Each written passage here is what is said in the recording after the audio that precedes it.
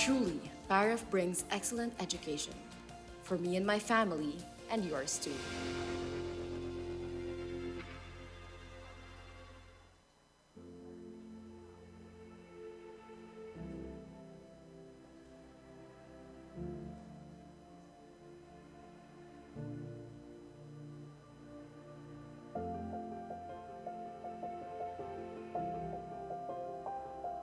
This has always been my home.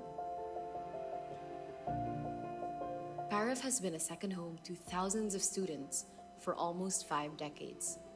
It has expanded to a network of 17 schools nationwide and has been known for its track record of forging academic excellence and forming character among its students. In all these years, Paref has been the building ground transforming students to be men and women of character, bringing positive impact to families and to the community. Through the unparalleled education of Paref, students have been thriving in the top universities, both here and abroad, and later on becoming catalysts in their chosen fields. Hi! So nice to see you. You know what? When Gia started the nursery, he was so distracted. But after a few months at Paref Rosemont, I could really see him improving. I think his mentor had a lot to do with it. Paref has always been very deliberate in forming their students, even during my time. Oh wow, so it's nice to know pala that they've been doing that even before, not just with preschool but with all the children. You know what I really appreciate is that our mentor, she'd update me with how Gio's doing in school, how he is with his friends, and I really appreciate that I can talk to his mentor regularly. Well, you're in the right track because Paref has always been a great partner for us. They make sure that we mold our children not just in school but at home as well. Paref has been a community of schools committed to support parents who are the primary educators of their children by providing personal integral education in pursuit of academic excellence and a life of virtue. With a mission for excellence in supporting generations of talented individuals, Paref has been a place for students who compete in sports, music, performing arts, and academics, bagging various achievements and awards over the years. Uy, look who's here. Our batch student council. Oh, you're the sports athlete here too.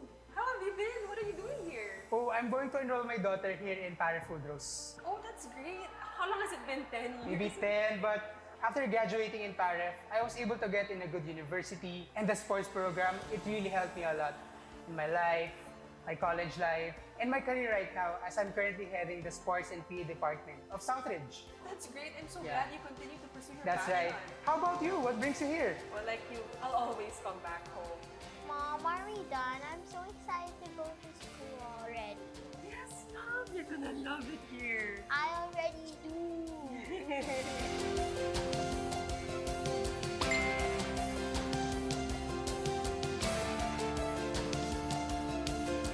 I think that the approach of Paref is unique because its goal is unique. I think that with Paref, it's the integral formation of the student that counts, so we don't just focus on one aspect. For example, the intellectual development. We try to reach all of them, socially, morally, spiritually, physically. How is the student able to grow in all of those aspects? And not one of them is more important than the other, so they're all equally important. Hey, Mom, look. We found Paref, we found Rose Hill, and immediately we felt that it felt like home. Malaki po ang pagbabago ng buhay ko since na nakapasok po ako sa Southridge. Kasi po marami pong nalimitahan o natanggal, especially doon sa mga bisyo na ginagawa ko. So dahil doon sa ibinibigay ni Southridge na mentoring, na may mentor kami bawat guard, My boys seem more invested now. They're more involved in school activities. They're even doing better academically. And I attribute that to, the school, the environment especially, and even the fact. So good afternoon, everybody. May we request those people sitting upstairs to go down and sit in the middle? And those at the sides, may we also request them to sit in the middle so we can fill the middle first before we fill those sides. Thank you. Education for me and my family, and yours too.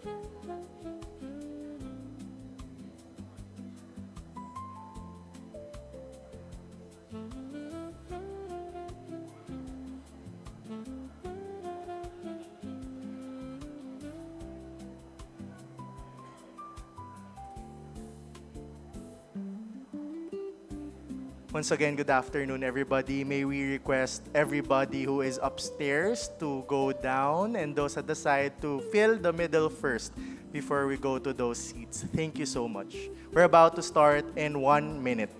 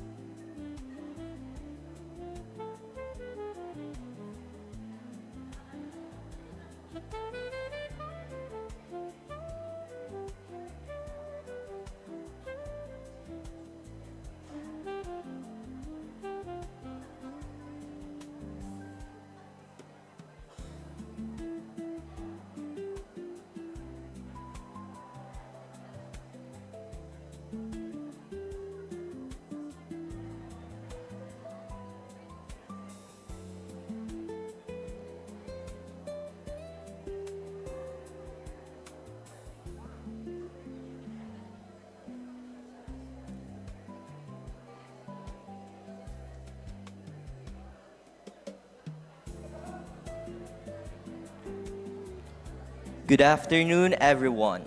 It is my distinct pleasure to welcome all of you to this afternoon's International Conference on Youth Mental Health.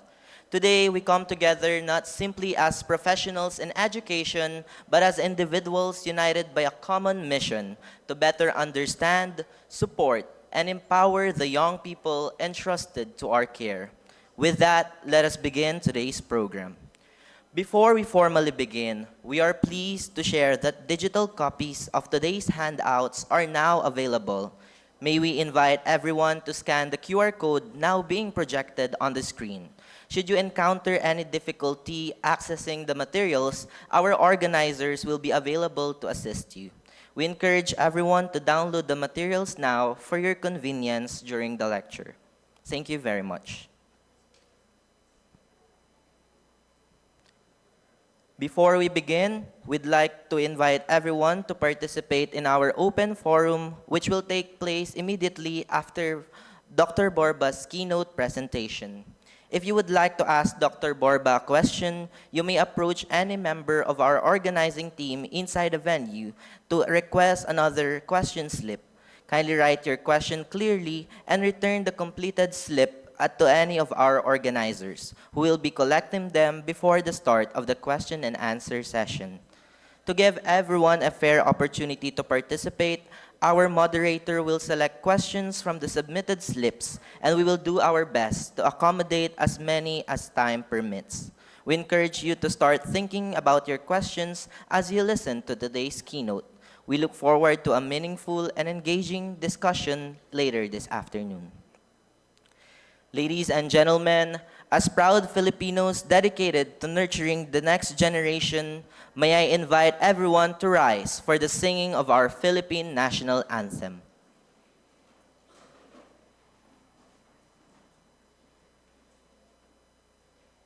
Mga kababayan, ang pambansang awit ng Pilipinas. Kayang mag-ibig, telas ng silangalan, alam ng puso, sa titik mo'y buhay. Lupang hinirang, kuya ka ng magiting, sa manlulupin, di ka pasisipin, sa nagatang tugon sa simoy at sa langit kong pagaw, ay tinatang tulang awit sa pagkayang minamahal. Ang isang lang matawag ko'y tagumpay na naghihingi, ang bituin at araw niya kailan ang may maghihingi. Luha ng araw ng walhati pagsinta, buhay langit sa piling mo. Ang ibigaya na pagkay mga api, ang mamatay ng dahil sa'yo. Please remain standing. As we begin this meaningful gathering, let us first seek God's guidance and wisdom, asking Him to bless today's conference, our distinguished speaker, and every participant present. To lead us in the invocation, may I respectfully invite Mr. Ellard Michael Lakap.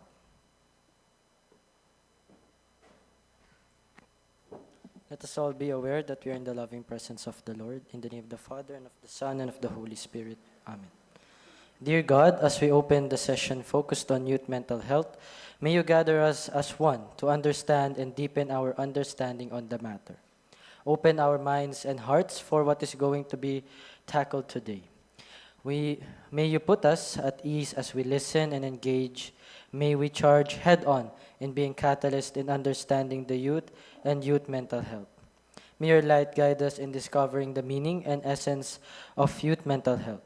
May today produce meaningful conversations and discussions that can contribute in enriching insight on the topic of today. We offer you everything in your mighty name. Amen. In the name of the Father, and of the Son, and of the Holy Spirit. Amen. Thank you very much. Please be seated. Every meaningful initiative begins with a vision, and today's conference is a testament to the commitment of our organizers and partners to prioritize the mental health and well-being of every learner. To formally welcome us and deliver the opening remarks, it is my pleasure to invite the Executive Director of PAREF Southridge School, Mr. Paul Christopher Cheng. Let us give Mr. Cheng a warm round of applause.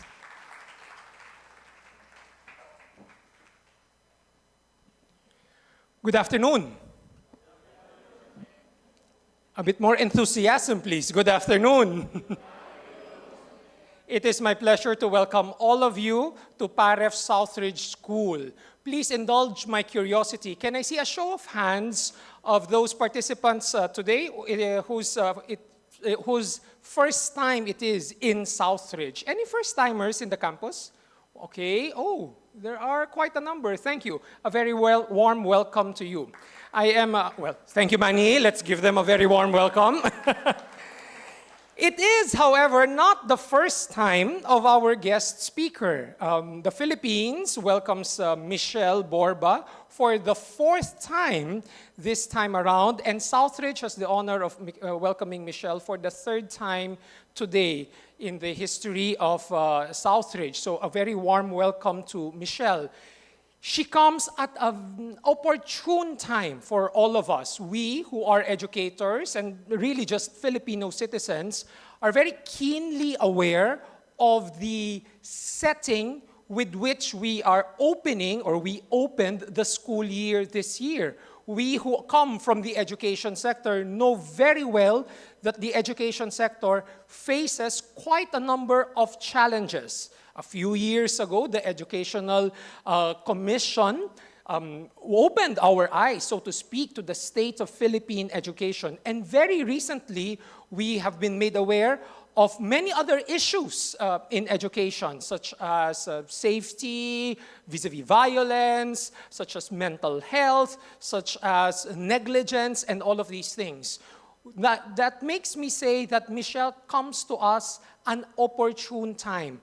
These issues that we have, that we are facing in the Philippine sector, are not unique to the Philippines. These issues happen elsewhere in the world, and they have been studied and reflected on and answered. So Michelle comes to us today not simply to give a generic talk, so to speak. She comes to us with a wealth of experience from the rest of the world, from her own extensive research, so that all of us here, primarily educators, can learn from the experience that she brings, and so that we may be able to apply all of these learnings in our respective settings. I pray, ladies and gentlemen, that today's session, today's keynote address in particular, provide all of us with a lot of actionable insights so that we come out of this experience and talk refreshed, recharged, and at the same time armed with a lot of actionable insights that we can implement in our respective settings. Once again, in the name of the community of PAREF Southridge, I warmly welcome all of you to our campus. Good afternoon.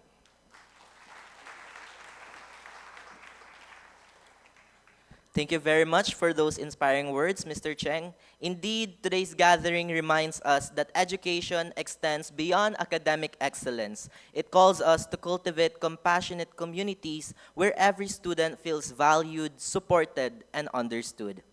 And now, we come to the highlight of this afternoon.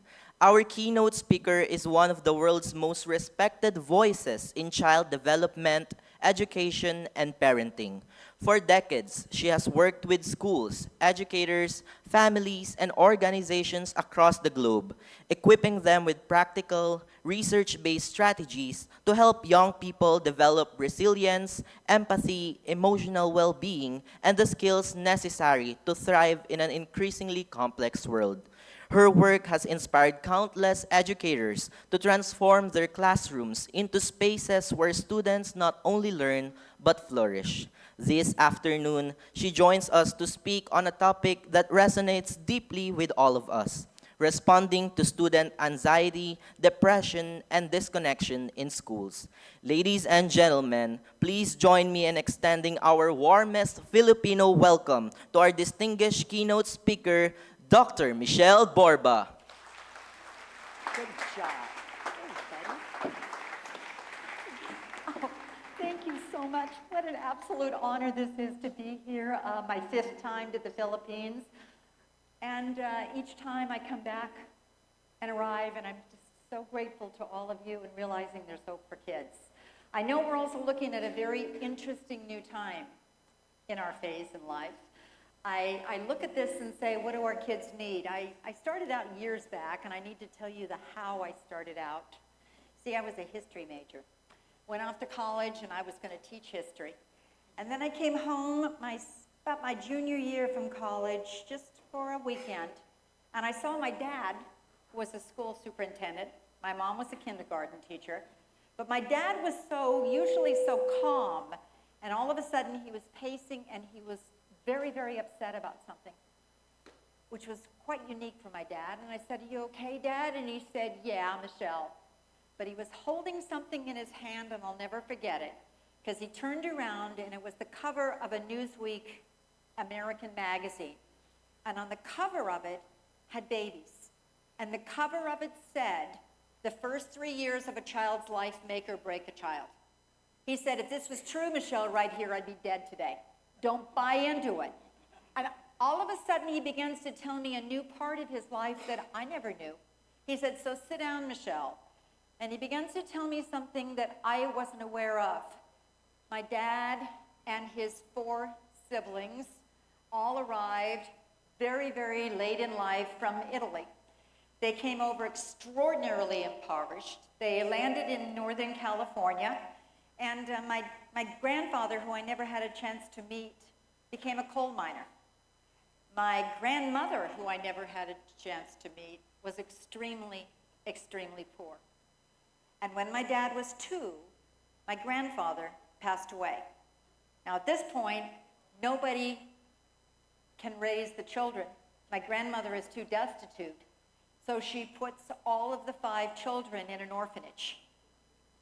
When they finally came back, my dad says, and here's what happened, and here's why I am here today.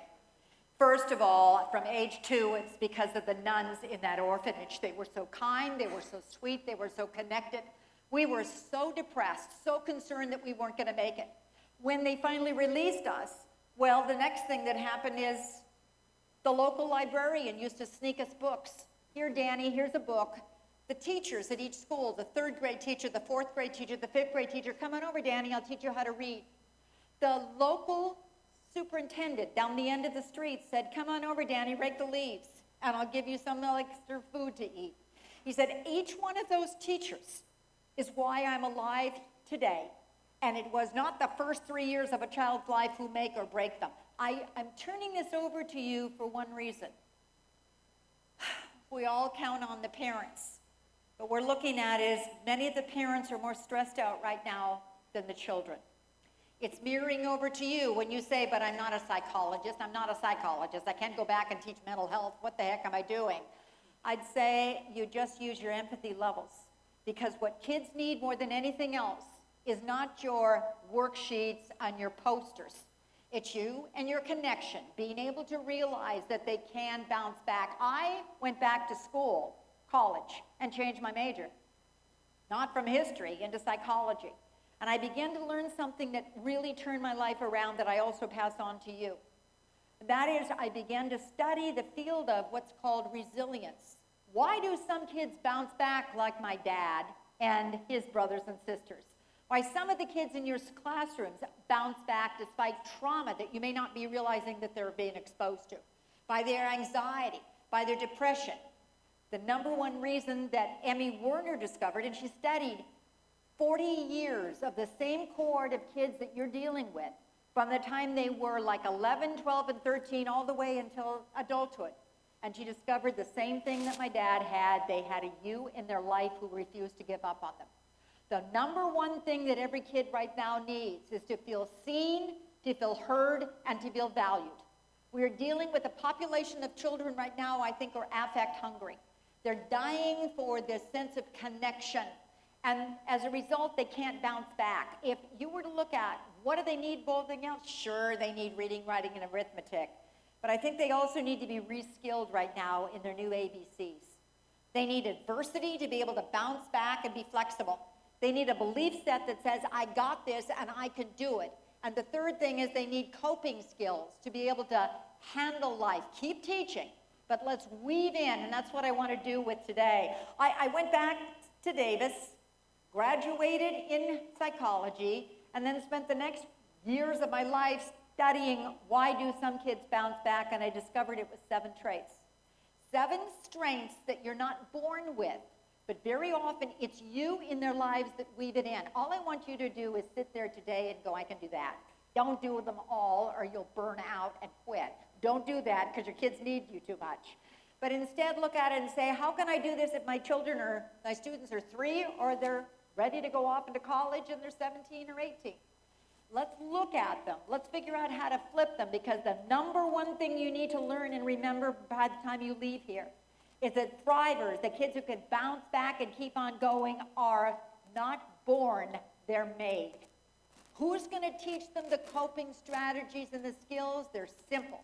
And you're going to see that very often it's no more than 1 to 3 minutes a day. If you do the same coping skill, that child is going to be able to leave you and be able to handle life without you. How many of you are seeing a change in your kids? You notice that they're a little more anxious, they're a little more stressed? Get your hand up. Some of you are brand new, going to keep your hand down, going, oh, they look at the rest of the group going, my gosh, what are we going to do? Here's why you better worry, because we're also looking at your students. Your kids, 1 in 5 Filipino youth in this country says all of your stats will suffer with some kind of a depression. They will suffer, 1 in 5 are also suicidology, worried about ending their lives. What do we do? Why, you say, what the heck is going on? Why are they so different? The single most important, fascinating thing about all of this, it's not one cause. It's a cultural shift that I'm seeing in every country that I'm in. And it's different for each child. Some of your kids are going to be suffering from really an extreme trauma. Some of you in this room have suffered from an extreme trauma. You may not know it from the person sitting on your left and your right, but no kid is going to suffer from all of these. But we are seeing that, yes, some of it is genetics, but the rest of it is culture. In fact, one of the most fascinating studies that said the year a child is born has a bigger variable on how they turn out than even how their family is. Because they're leaving home, they're going to you, they're going to the rest of the world.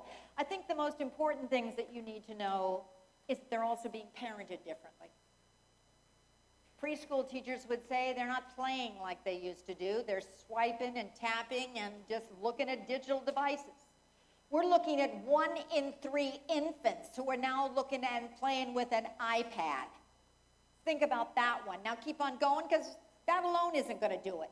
But you're also looking at a thing that teens tell you. They may not say it face to face, but they're really concerned about the world. It's very hard for them to keep on going and have what I love about Southridge. One of your 4 pillars is an optimistic attitude. It's hard to have an optimistic attitude when all you're seeing is the doom and gloom. And when you look at kids, that's their biggest concern. Yeah, they're digital driven. Yeah, they've had some negative experiences, but they've also been more snowplowed, more rescued, more protected. And so they're not what we need them to be, and that is more flexible and adaptable. When somebody always solves the problem for them, they're not going to be able to keep on going with them, and as a result, they're looking for somebody else to do it for them. With that in mind, here's one other thing you may want to consider and think about. And this is your crash now for the rest of your teaching career. This year, when your students come in, please know that some of them you're going to get a list of, yeah, he's had some problems, or yeah, he's got some learning issues here. But some of you may not know what's going on in that home, what's going on in their life, and what you need to use is use this glorious concept of a teacher called empathy. Reach out, look at the child, and figure out, what does this kid need, and above all else, they need a relaxed you to be able to handle them. We're going to look at that. We're also looking at what's called the MTSS support system. And that is, each one of your students is going to be on a pillar that you may not know. A small number of them are going to really need some extensive help. You may not know it, but as you discover something's going on, and we're looking at the changes in that child, they're going to need some counseling. They're going to need some support system, and you're going to have to start passing on your information to other staff members. You're going to be a support system together. The second tier is they need some support, but both in the hall, they're doing okay. The third one is the majority of your kids are doing fine. But let's make sure that we handle and help all of those children. Now, that in mind, that's the mindset I want you to think about for just a little bit as we're talking about today and what do we do. The first thing that you need to do right now is think about when your students come in, do they know who to go to for help? Where do they go and what do they do? And a lot of your kids are going to be, I don't know where to go. My fascinating thing is for you who are dealing with a teen, one of the things that teens tell me is they only have a short amount of time, maybe they're having a struggling day, or maybe they've heard something about one of their friends. Kids know and they hear about what's going on from another friend. By the time I finally get to, I got 5 minutes of a passing time, and I want to get to the counselor to be able to notify them, and maybe the counselor's talking to somebody, what do? The most fascinating thing that kids say is, give us a red card.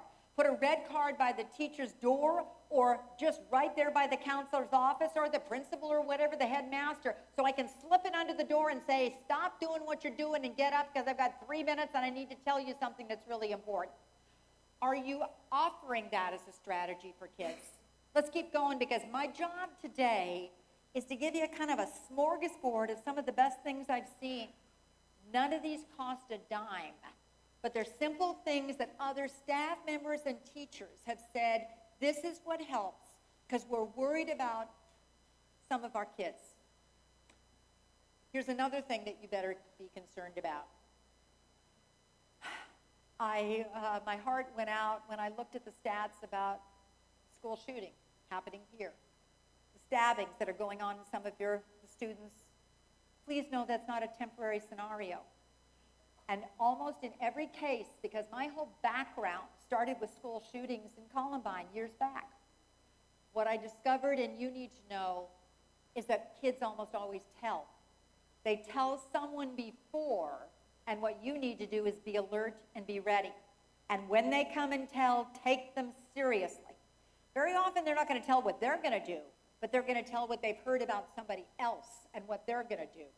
Another thing that you may want to keep in mind, and I think this is the critical piece, so just take a moment to pause. When you look at children who rebound, they can keep on going, and they will. I think there's 3 P's in that child's life. So think about it. Why does that child overcome severe trauma that you may not be aware of? Or like my dad, what did he have going for them? First of all, he had some people in his life, some caring champions who refused to give up on him.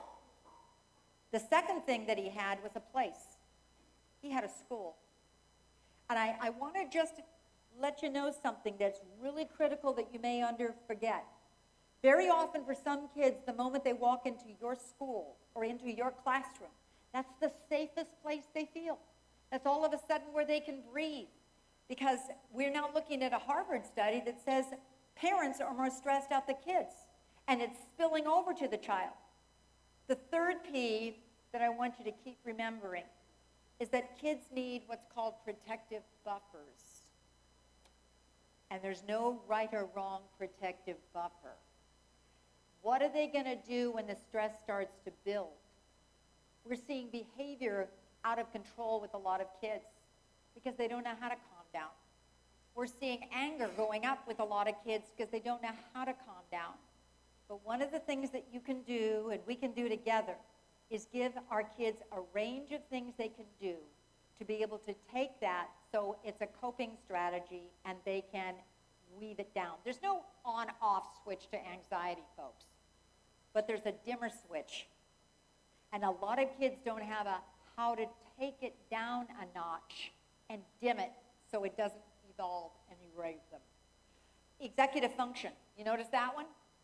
Many of your kids are not possessing that quality right now because anxiety hijacks it. You can't think straight and regulate when the anxiety keeps building. And that's what we're going to do, is just help kids learn a coping strategy. So with that in mind, let's look at a few of those. Take a moment, turn to the guy next to you and say, wake up, what do you think? Take 2 seconds to just pause and talk. Are you seeing a change? Because what we're going to do in the next hour and a half is figure out the best proven solutions we can do to make a difference on our kids' lives. So tell the guy how you doing. Come on, got 30 seconds, talk.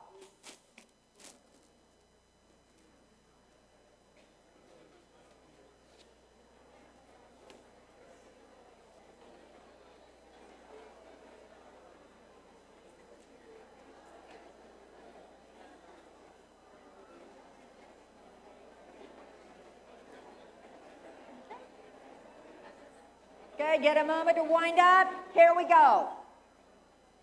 My job is to give you lots of ideas. Your job is to find 1 or 2 that you want to commit to do it. 1 or 2. And it's going to be different from everybody in this room because you're arranged from preschool all the way up. What's going to work for you? The first thing you need to keep in mind is that kids that can keep on going have a sense of confidence or efficacy that I've got this. Somebody's not going to do it for me. And one of the things you can do to that child, regardless of age, is help instill in them who they are that's positive. I mention this because, number one, 73% of parents right now worldwide focus more on their kids' weakness than on their kids' strengths. What you do wrong, as opposed to here's what you're doing right. 73%. One of the best ways to help a child decompress is to figure out what they're good at. What's a strength area that's positive for me? Here's a few things that you may want to keep in mind. And all of these, you don't have to write any of them down. They're going to be handouts that you're going to get if you use on that code system. But I want you to just put in your head right now. First, warning signs. Because you're going to ask me, how do I know if this kid's going to be something that could be a problem? How do I know? Use your instinct. I always tell parents that the easiest way to know is use the TOO way. Anytime you watch this kid, they're going to come in September, they're going to come in June, they're going to come in July, whenever they come in. Now watch them and watch their baseline. Because anytime you begin to see that the child is acting too different and it's lasting too long and you're too concerned, there's your red flag that something's going on. Every kid's going to have a bad day, and some kids have a bad week. But if it's every day for at least 2 weeks, that's almost always a sign of depression. Every day for at least 2 weeks. Look at the child's, these are A through F categories. Look at their attitude. B, is there a change in their behavior? Yeah, they may have an off day, but is it keep going? Are you seeing that there's a change in their connections? Some kids, they're lonelier, they're disconnecting, they're pulling back. Their demeanor is starting to change, or their emotions are too strong and they don't know what to do about it. The other thing that every teacher is saying worldwide is there's something's going on with their focusing. They're more disengaged. They can't tune in like they used to do. And those are the issues that concern you. Now, what do you do when you see them? I'd say, yeah, you've got your lesson plan book, but how about just a journal? A journal of kids you're mostly concerned about, and maybe just 1 page for each child. Or maybe at the top of your grade book, That, yeah, you've got, here's what they're doing, but maybe it's a post-it for each child going, here's what I'm concerned about. And I notice the trend in that child. See, behavior is almost always gives you something's going on with that child, and you may be overlooking it. Another thing that you may want to do, I'm just going to throw you some ideas, because these are so simple. This is the superintendent of a school in Warsaw, Indiana, and he said his staff just didn't realize that the kids were really suffering. So we did a $300 survey monkey, and he asked every kid to sign up. Just take 1 minute, go to the survey monkey. This wasn't the first week of school, but about the third week of school, and just fill it out for just a minute. You got 1 minute, and you can do it anonymously. That's all I want. But on a scale of 1 to 10, how anxious are you on a typical day? How are you concerned about your own well-being? What he then did was take them. He duplicated them off. I showed up. I looked at what the kids had said and said, oh my gosh, you better have Kleenex when you hand this out to the staff. Because they hadn't a clue on the temperament, the anxiety, the depression, and the trauma that was going through on a lot of the kids. Some of them, they look like, how could this be a problem? They're coming from such a great family. They've got an incredible home. The parents are both working. Everything's going well. You don't know what's going on. But the first thing is find out what's going on. Another thing that I love that's so simple, you do this in your faculty room, and it is nobody but you is allowed to see this. But what you do is you put a Post-it. These are Post-its across on that board. Every single student's name is on a Post-it. And then you have a week, 2 or 3, after about the first month of school to just go up to each kid's Post-it. And what they did was just put a check mark if you have a connection with the kid. You know something personal about the child? You know what's going on in their life? And then at the end of a week, look back, who doesn't have any check marks on their name? Zero in on those kids. We're looking with a lot of children who are called affect hungry. The key that you need in order to have well-being, to keep that anxiety down, is to know that somebody cares about you. And when nobody's connecting with that child, that's a red flag. We got to do something about it. Here's another one that I love that you can do for a little bit upper grade kids. You give every kid a 3x5 card. These are so simple. You give every kid a 3x5 card and just say to the child, if you had a problem, who would you go to at this school? Sign your name, write the person's name, and collect the cards. You're aiming for 100% of kids having a name on a card so they know who to connect with. Now you look at the cards and go, who doesn't have a connection? Who is missing that connection? You're looking at a rise in suicidology. 1 in 5 Filipino kids are really at a moment of despair in their lives. Anxiety is going through the roof and they can't think. What are you doing to help that child? Those are just a few ideas. I love this one because it could be nothing more than a picture for a preschooler. It could be a sentence for a 4th grader or a little bit longer. But I love it because it's simple and you do it. What is one thing you wish the teacher knew about me? One thing. One thing I wish that the teacher knew what was going on in my life. One thing. Collect the cards and take a moment to get shook up. Because, yeah, a lot of the kids maybe just mumble and write any old thing down, but you'll be surprised at how many kids I've gone to school after school will write something down and they're in a state of, you're looking at it going, oh my gosh. My point to you is, how are you finding out about your kids? You know what their grades are. You know what their test scores look like. How do you know what's going on in their lives in terms of emotional well-being? You don't have to have a PhD or an MD in order to know this. You just have to be able to connect and realize that there are some kids that are hurting. You have a moment? Talk to the person sitting on your left to your right. What are you going to do the first or second week of school to tune into these kids so that you are aware of maybe just how are they doing in terms of their mental well-being and health? Talk a minute. Oh.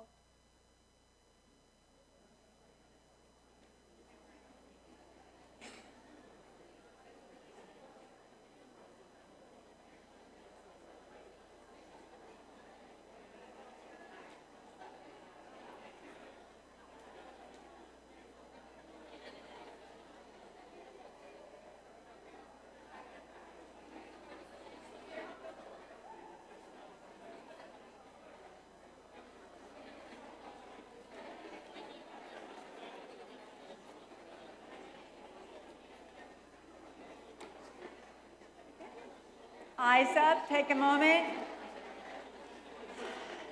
Thank you.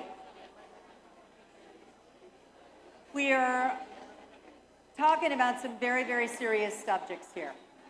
Here's another one that I want you to think about, and that is from day one in the classroom when your door opens for those students. What are you doing to help your children reach you? Yeah, you may have a text chain, but what else are you doing in case they do need to reach you? Some of the most profound teachers I've seen, and I know they're profound because when I go to talk to kids, my first question is, who's a teacher who really did something powerful or you'll never forget, or a teacher that really reaches kids? And what they always say is that you could always find him or her. I knew where I could reach him. Maybe some teachers have a text where you can open and set it, but it's anonymous, or it's only between you and the child. Some teachers have a mailbox in the classroom. Some teachers have a journal between the student and the child, or the child and the teacher, and it just keeps going back and forth. What's your routine that's going to be ways that kids can reach you if they need to? By the way, once again, this does not mean that it's just going to reach you about their personal problems, but more and more kids say it's because of a student that they're worried about, or a peer said something that they're really concerned about. What are you doing to connect with that student? One other thing, ASCD is one of the leading national organizations for education in the United States. And they said one of the easiest things that students can do and teachers can do is a 1-minute conference with a student you're worried about. And it's nothing more than sitting down with a student, and we're talking 30 seconds to a minute. The rest of the kids may be doing something else, but you're sitting down on a one-on-one saying, how is it going? And you do that on a regular basis. What they have found over and over again is that support and that encouragement makes an enormous difference on that child's life. There's a lot of things you can do, lots of it. But let me just tell you one other thing, and we'll weave on through on confidence. Your students can have confidence and efficacy. Efficacy, says Albert Bandura, one of the leading psychologists we've had worldwide, said efficacy is the site of well-being. It's a child who feels like, I've got it. About 10 years ago, I met a little girl named Madison. There she is, and I'm with her. And she came up to me in Washington, D.C., and she said, at a conference that I was dealing with, she said, I wanted to introduce myself because I had to tell you about what happened to me. I said, what happened to you? He said, it was horrible. It was trauma. I was in about the 5th grade, and my dad was in jail. He was imprisoned. Can you imagine how hard that would be, and the bullying and what happened? I said, well, how did you survive it all, Madison? She said, there was some teachers in my life. My 5th grade teacher was extraordinary. What she did is she realized, she tuned in, and she knew that I was hurting. So she said, if you're really having a bad day or a hard day, Madison, journal it.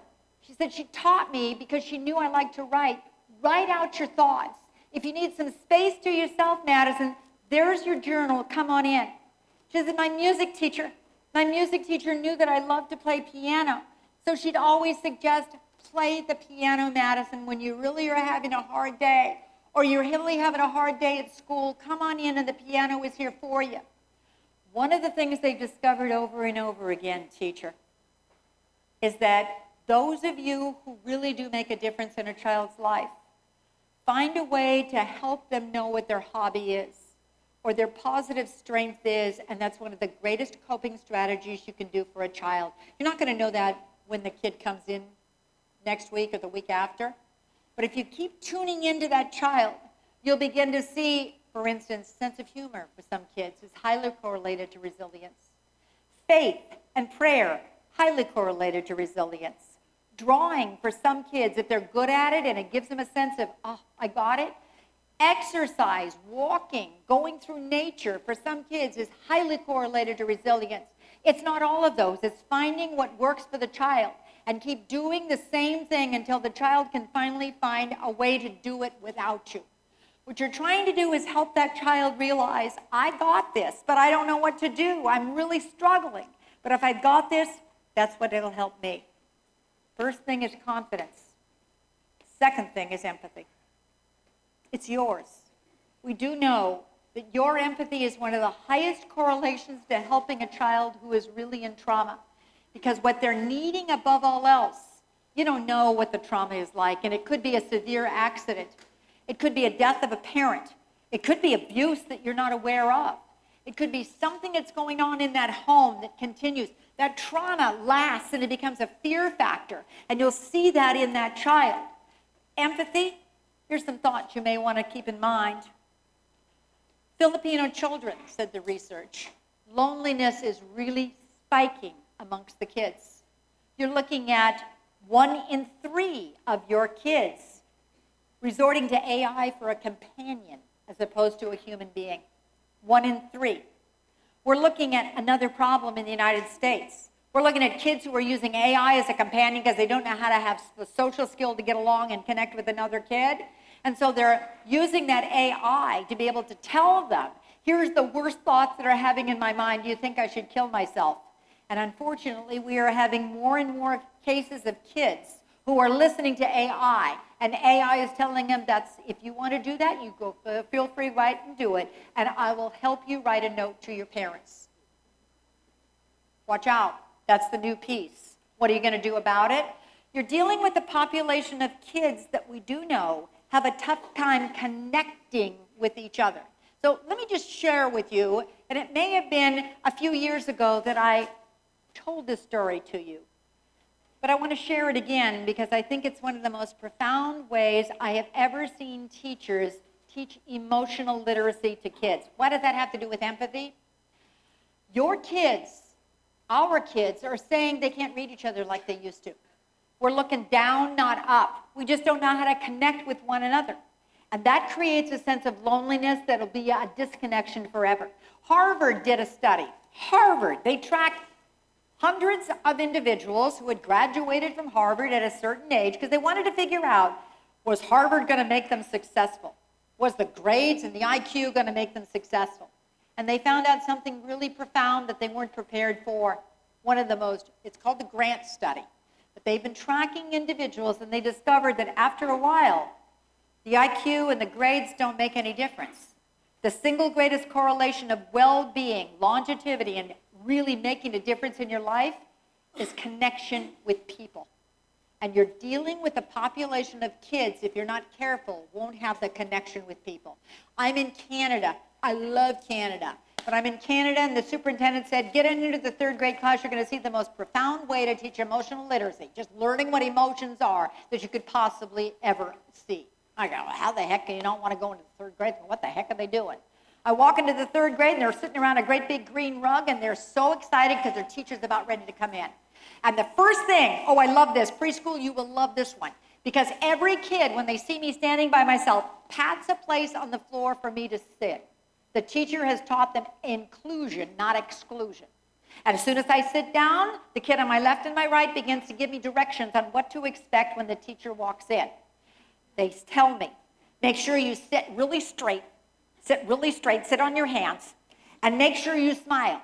I said, well, what do I do if I look sad? Oh, don't do that. If you look sad, she cries real easily. Now, I'm about ready to report the teacher to social services, but I'm sitting there smiling and nodding, and the teacher walks in, and I sit there with my mouth going, oh my gosh, this is profound. Teacher sits in the middle of the green rug, and for the next 20, 30 minutes, the lesson on emotional literacy is profound. And it's taught by an 8-month-old baby named Clara. The baby comes in once a month. All the kids go, oh, Clara's here, it's our baby. I've never seen such excitement. Now, Clara is one mother who is now bringing her baby in once a month, and the class adopts the baby. By the way, the mother remains by the door.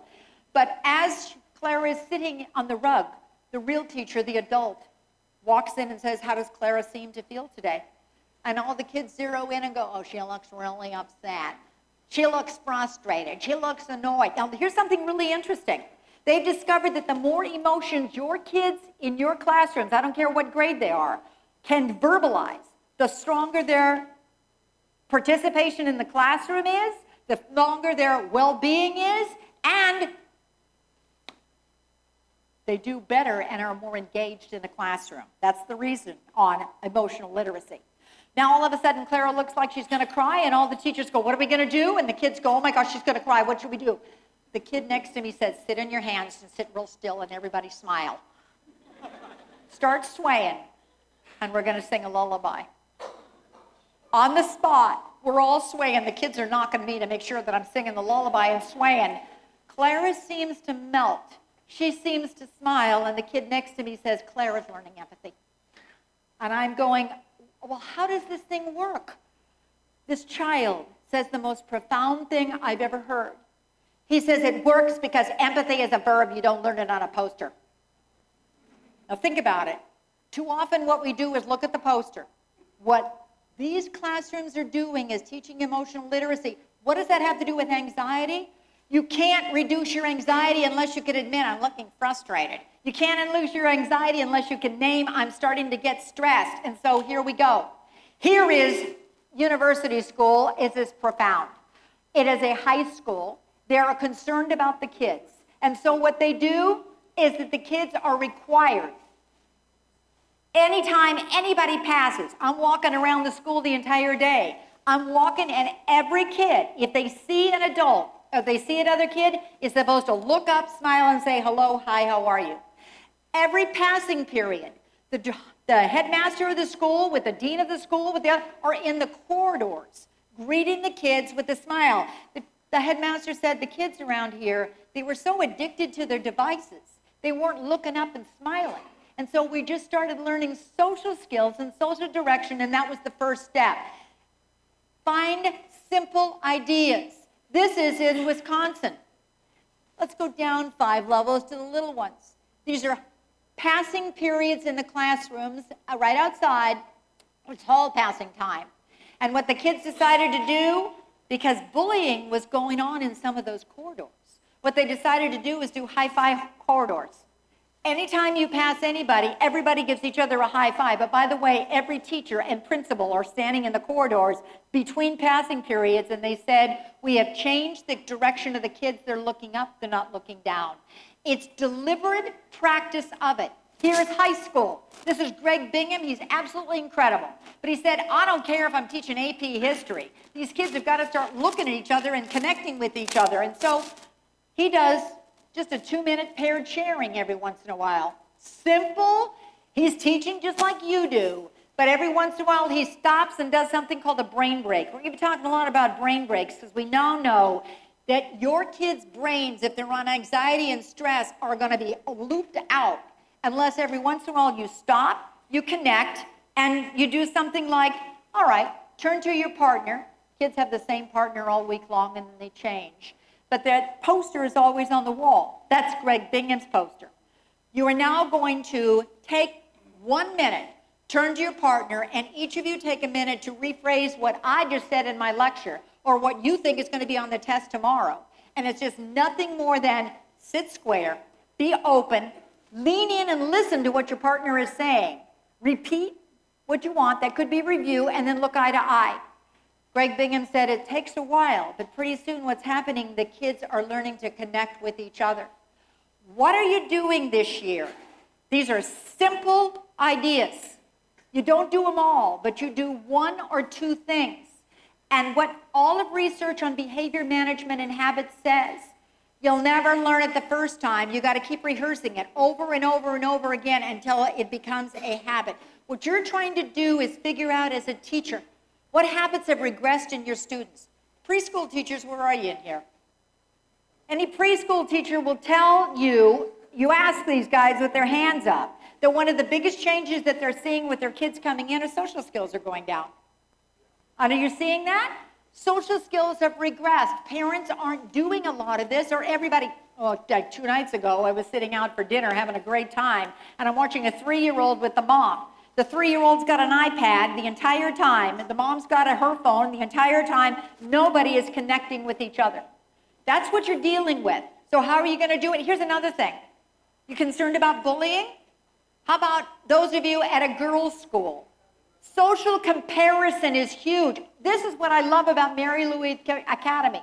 It's a Catholic girls' school, but they were so concerned about the posts that the girls were making that the tech teacher decided to do something that became a new trend worldwide. It's so simple. Once a semester, every girl goes into the tech school. You can do the same thing with boys. And you clean up your feeds. You clean up your persona. You are with your other friends, so they're doing it together. And as a result, if you do it, what they discovered, if you try to teach this by yourself, go clean up your persona at home. Go clean it up. Kids don't do it. But if they do it with other peers, they're more likely to change it.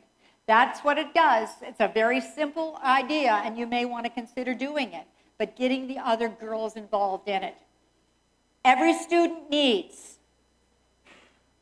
new ABCs.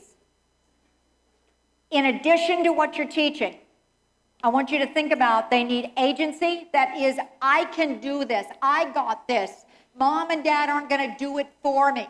You know how many schools are now have a big sign outside saying, if you're bringing your kids' homework back, turn around. You're never going to be able to help him blow up and be on his own and be resilient without it. It's a new policy that's going on. The second one is a belief system, a confidence that I got this, I can do it. And the third thing is coping strategies. Now, let's just take a moment here. Greg Bingham was teaching a coping strategy, sit square, solar. Clara was teaching a coping strategy, name the emotion.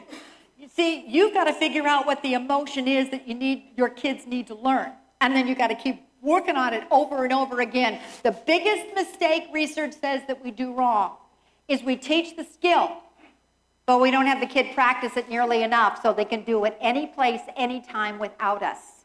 You're going to say to yourself, I did it. Greg Bingham would say, oh, I know I did a good job because my kids are out on the drinking fountain and they're doing solar. Are you making a difference that way? Self-control is number 3. That's regulation. And that's what we're seeing, that when anxiety goes up, regulation abilities go way out. Behavior management, you're going to see a lot of your kids that you're exhausted from it. And one of the reasons is they don't know how to regulate. They can't think straight and regulate, and that's one of the most critical pieces.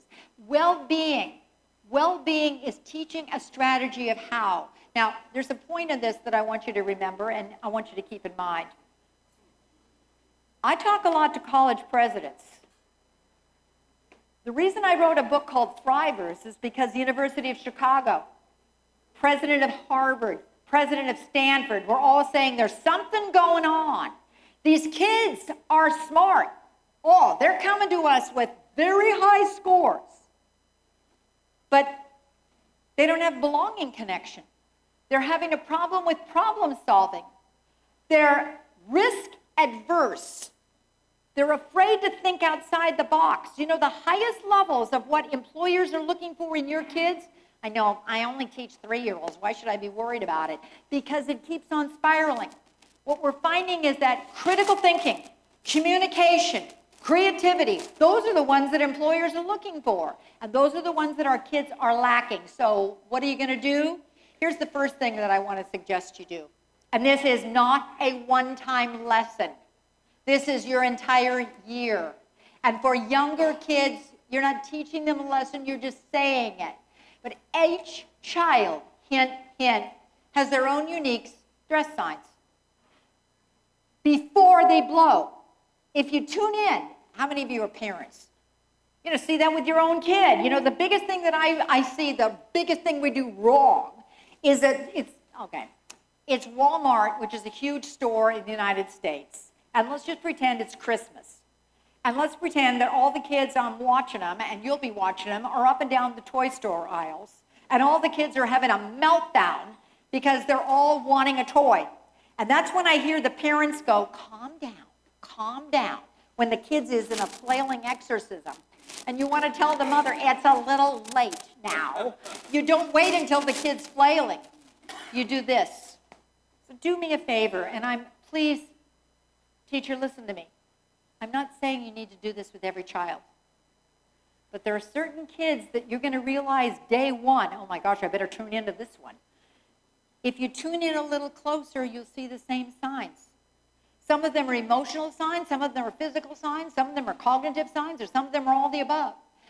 High school, middle school, health teachers, science teachers weave this in so that each kid journals their own stress sign. And that's a great idea. But in the meantime, you can quietly say, not when the kid's flailing, everybody watch out for Alfred, he's going to blow in a minute. But you walk up quietly and say, Alfred, I noticed that your hands are going like this. Or I notice your feet are starting to go like this. Or I notice you're starting to do that thing with your teeth and you're grinding. You'll see the same thing each time with the kid. What happens with the parent is they're overlooking the sign and they're waiting too late. And if you wait too late, you can't dwindle it down. You can't dial it down. The first step to stress management, this doesn't mean the kid's going to be anxiety-proof, but the first step is knowing your stress sign. If you're dealing with preschool, first grade, second grade, you're going to be the moderator. You're going to be quietly saying, I noticed. As the kid gets older, would you point it out or just quietly? With some kids, I know I had an Alfred in my classroom, it was a sign. It was my sign to him, and nobody else knew it. But my sign was this, which just meant, Alfred, you're starting to blow.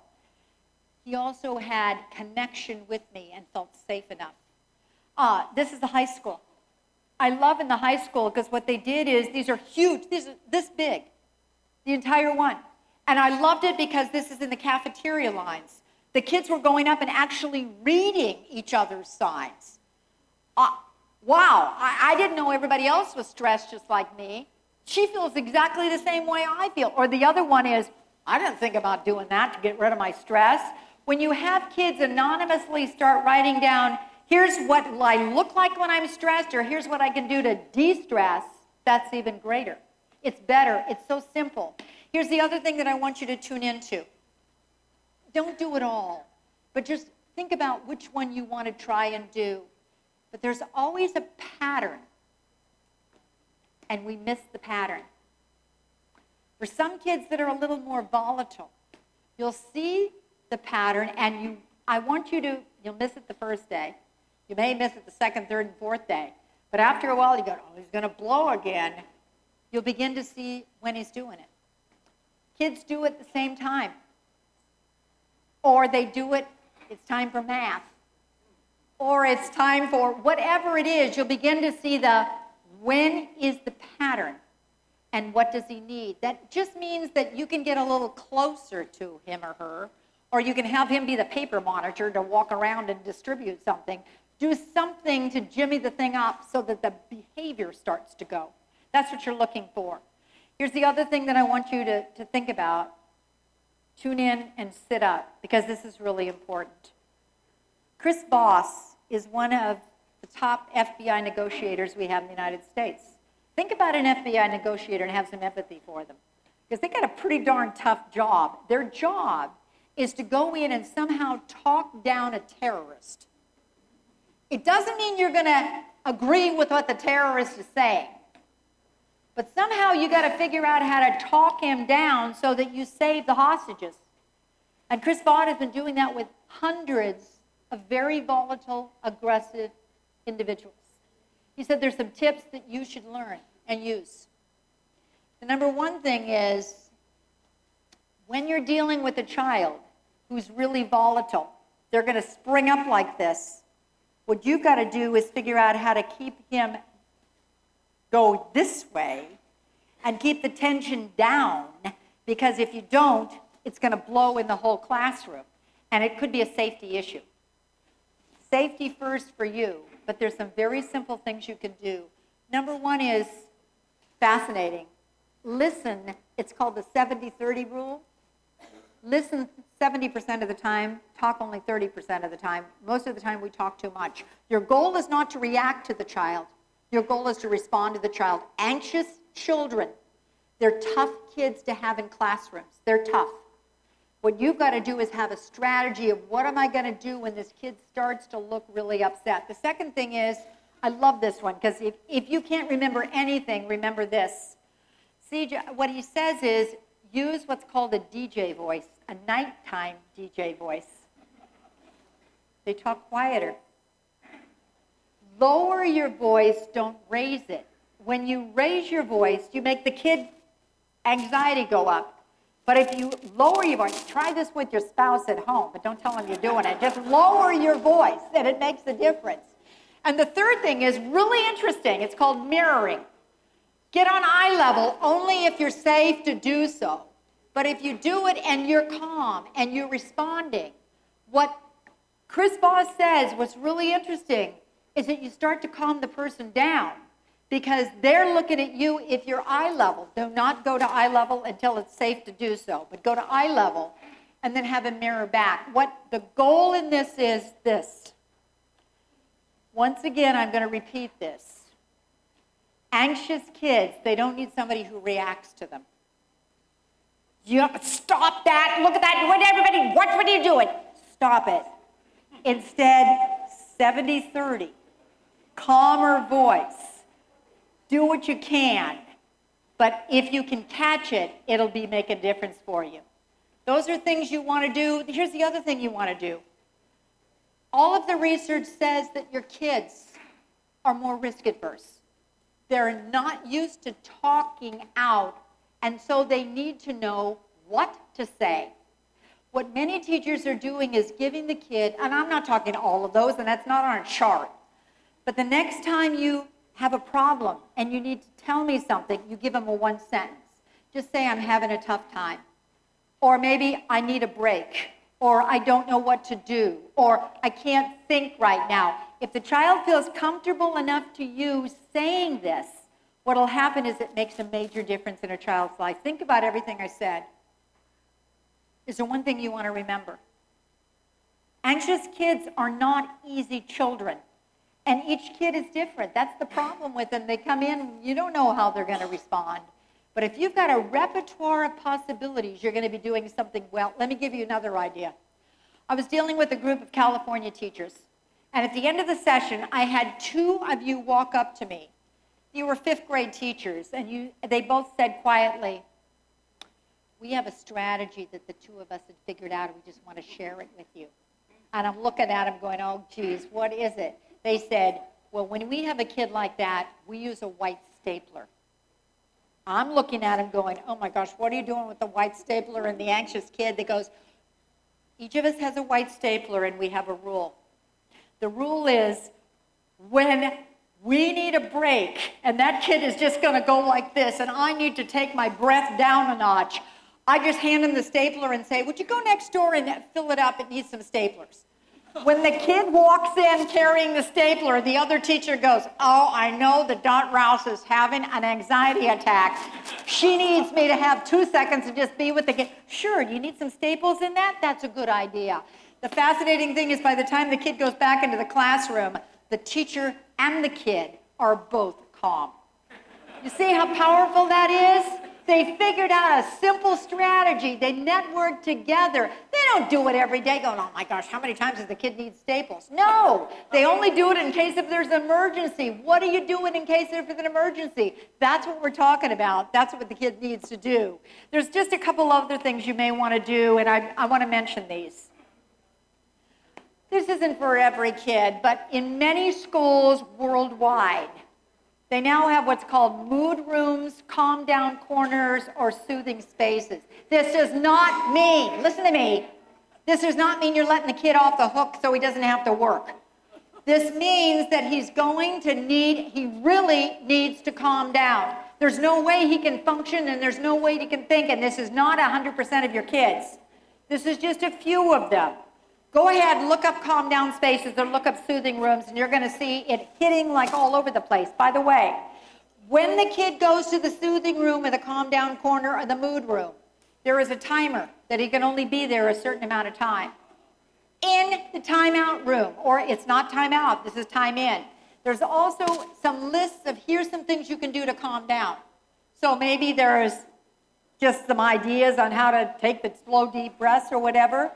By the time the kid comes back, maybe 5 minutes later, now he can think and regulate. So some of these ideas you're going to like, and some of them you're going to, that's not going to work in my classroom, and that's okay. My job is to walk in here and say, here's what other teachers are doing. Anxiety is an issue. Mental health is plummeting. Filipino kids are hurting. You got to be prepared, and that's what we're talking about, and that's what we're doing. There's a lot of things. Let me just give you one other thing, and you just write down one thing you want to remember. But I want to just mention another point. Brain breaks are now research-based. That sounds like, oh, get out. What are you talking about? Go ahead, look at a brain break. What neuroscientists are discovering is that the brain with an anxious child can't keep thinking, because executive function goes when you are certainly depressed, when you are anxious, when you can't think. So what they've discovered is this isn't standing up and doing jumping jacks all day long and running around the classroom. But this is stop, put your pencils down for a minute, and you be the judge as to when they need it. Now, eyes up front, get ready. Here's my question to you. What's the most important thing that's going to be on the test tomorrow? Now pick up your pencil and draw me a picture of it. Or, here's another idea. For some students, it could be everybody stand up a minute quietly. Now turn to your partner and, in 2 seconds, say the single most important thing you want to remember about what you just said. It could be content related. And this is not preschool. I've seen some of the most brilliant high school teachers doing it, and they get kids' executive function back on board. It's called brain breaks. Go ahead and think about it. It could be 2 minutes, but the key is to keep the kids back on track and look at it for regulation. One other thing that I want to just put in all of our minds a minute here. I think one of the most profound bits of research I've seen over a long period of time, that's my job, is to just look at research. And most of the time I get a little discouraged going, I don't know about this. But this was done in New Zealand. They looked at 50,000 people. They chose 50,000 people, and 1/3 of them had really good mental health. 1/3 of them had weak mental health, or depression, or suicidology, or anxiety, and 1/3 of them had severe physical challenges. Now, here's 50,000 people. They now look at 400 studies that involve the 50,000 people, and the question the researchers were looking at is, can we really make a difference on improving the mental health and well-being of all those people? Or is it just the people who already have good mental health? Or is it just the people who are physically challenged? What? And they were blown away by the results. Because each one of the people can be improved. It doesn't make any difference if you have good mental health, weak mental health, or physical challenges, but there was a caveat, and this is the takeaway. Every one of the people had to choose the one thing that worked for them. The one thing. I don't care what it is. Now, here's the other thing is, oh my gosh, you're telling me to do an hour of an activity for each kid? No. It's 1 to 3 minutes a day of repeating the same thing. It could be exercise. It could be reading a book. It could be journaling. It could be gratitude. It could be 50,000 things. But you got to do the same one thing. They discovered you can skip one day, but if you skip 2, forget it. The best schools I've seen do the same thing 1 to 3 minutes a day until it becomes a habit, and that becomes the habit you want for a lifetime. Now, with that in mind, let me just show you what that looked like. Let me take you to Visitation Middle School, and let's go for kids who are really struggling. Anxiety and stress is through the roof. Disengagement, suspensions, never there in terms of absenteeism, and the staff realized these kids are struggling to the point where the violence and the aggression in the homes is over to the top. Can we make a difference for these kids? How are we going to help them learn when their test scores are going through the roof in terms of horrid? And so they did something that was really simple, and here's where you need to sit up and go, I can do that. What they did is they taught all of the kids one strategy school-wide. The biggest concern they said is, oh my gosh, we're going to teach this strategy, and some teachers are going to do it, and some teachers aren't.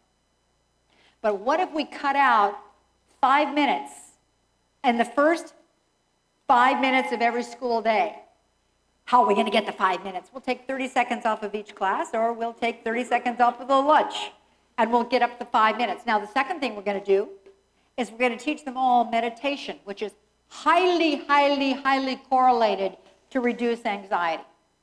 But let's practice it every day. Let's do something else when the teacher doesn't know how to teach it. Let's give her a flash drive so she can stick it into her PowerPoint and have the kids learn from just watching on the PowerPoint. But each kid is doing the same thing. Just slow, deep breathing. Some kids are sleeping. Other kids are reading. But they discovered something miraculous that the superintendent said, I don't know what's going on here, but you're doing something extraordinary. And that was the test scores began to go through the roof. Suspensions went down. Behavior problems went down. Go ahead later on today and Google quiet time. You're going to get a volume going up because schools everywhere around the world are doing the same thing. Why does it work? Because of what Flinders is saying. They're doing the same thing every single day, and they're doing it together. Now, I'm going to say one other thing on the together concept because I think it's critical, and you need to really listen to this. One of the best educational researchers in the world, his name is John Hattie. I don't know if you recognize him, but this guy is phenomenal. John Hattie, for the last 30 years, has been trying to figure out what's the most important thing we can do in our classroom to get kids to, really make a difference on kids' lives. And he looked at 250 variables. There's a lot of things we could do, but he discovered something. Of the 250, the highest correlation in a school of when you get results, it's called collective efficacy. You don't do it in that classroom, or you don't do it in that classroom, you do it together. When you do it together, collective efficacy, he says over and over again, that's when you get the results. The problem is you're doing it, or you're doing it, or you're doing it, but you're not doing it together.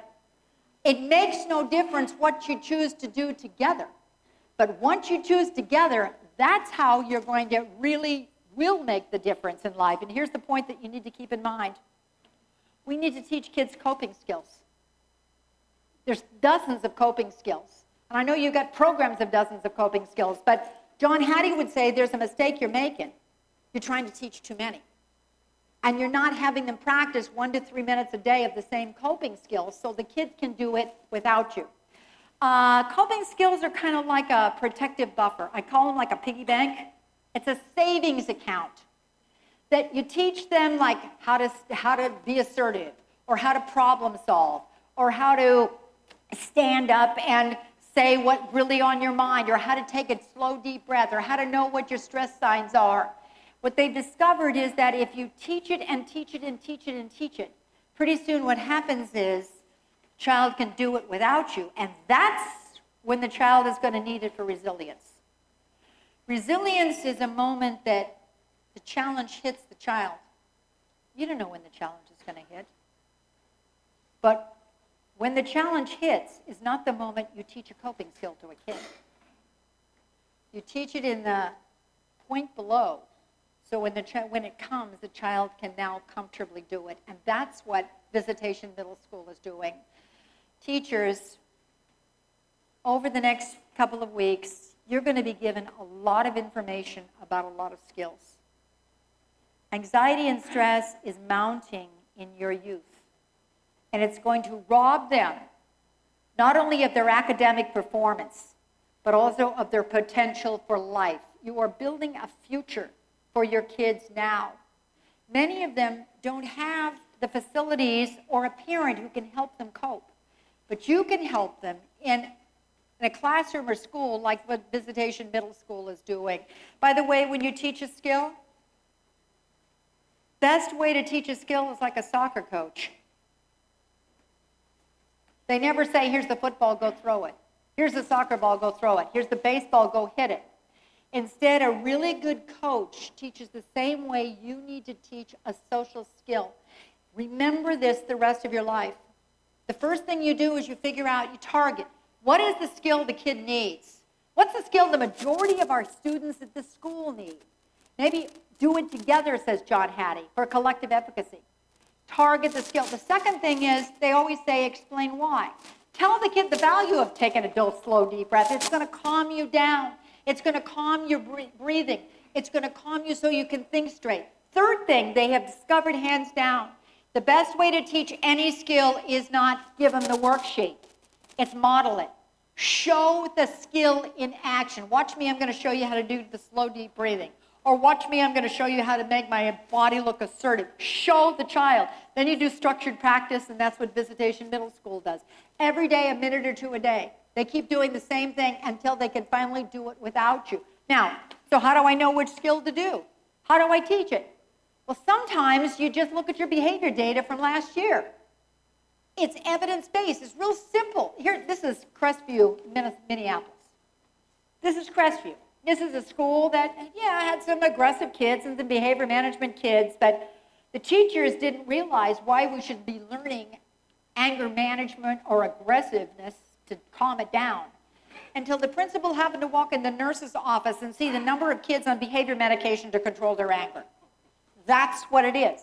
He said, well, that's the piece that the teachers are missing. He takes a photograph of it, goes to the next faculty meeting and says, so look at this, guys. And every one of you put your mouth open going, I had no idea. What do you think they need? How about a way to calm down and slow down? Look at your evidence. Start talking together. Look at the first couple of weeks and go, what do the kids need? And then find your best practice. This is an incredible school in Temecula. And what they do is they find their already existing best practice, like, okay, I'm going to do it every day at a class meeting, or I'm going to do it every day at a Socratic dialogue, or I'm going to practice every day in paired sharing like Greg Bingham. Find what practice you already use and weave it in. Don't make this hard, just make it easy and keep weaving it. And if you keep doing it, what will happen is it'll make a difference on kids' lives, and that's what you're looking for. There's dozens of things you can do. Here, my favorite one. This is called a Thriver Squad. They're a group of students who I go to visit. The teachers are reading Thrivers. This is a book I wrote. And then these are all, I love these kids because once a week they meet with a counselor. Now think about this. Once a week they meet with a counselor at lunchtime.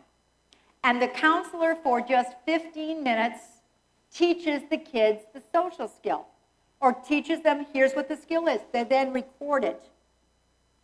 And if I walked into every one of your classrooms, I'd sit there with my mouth open because every day there is one of these kids on a video showing and teaching the kids, here's how we're going to take a slow, deep breath together.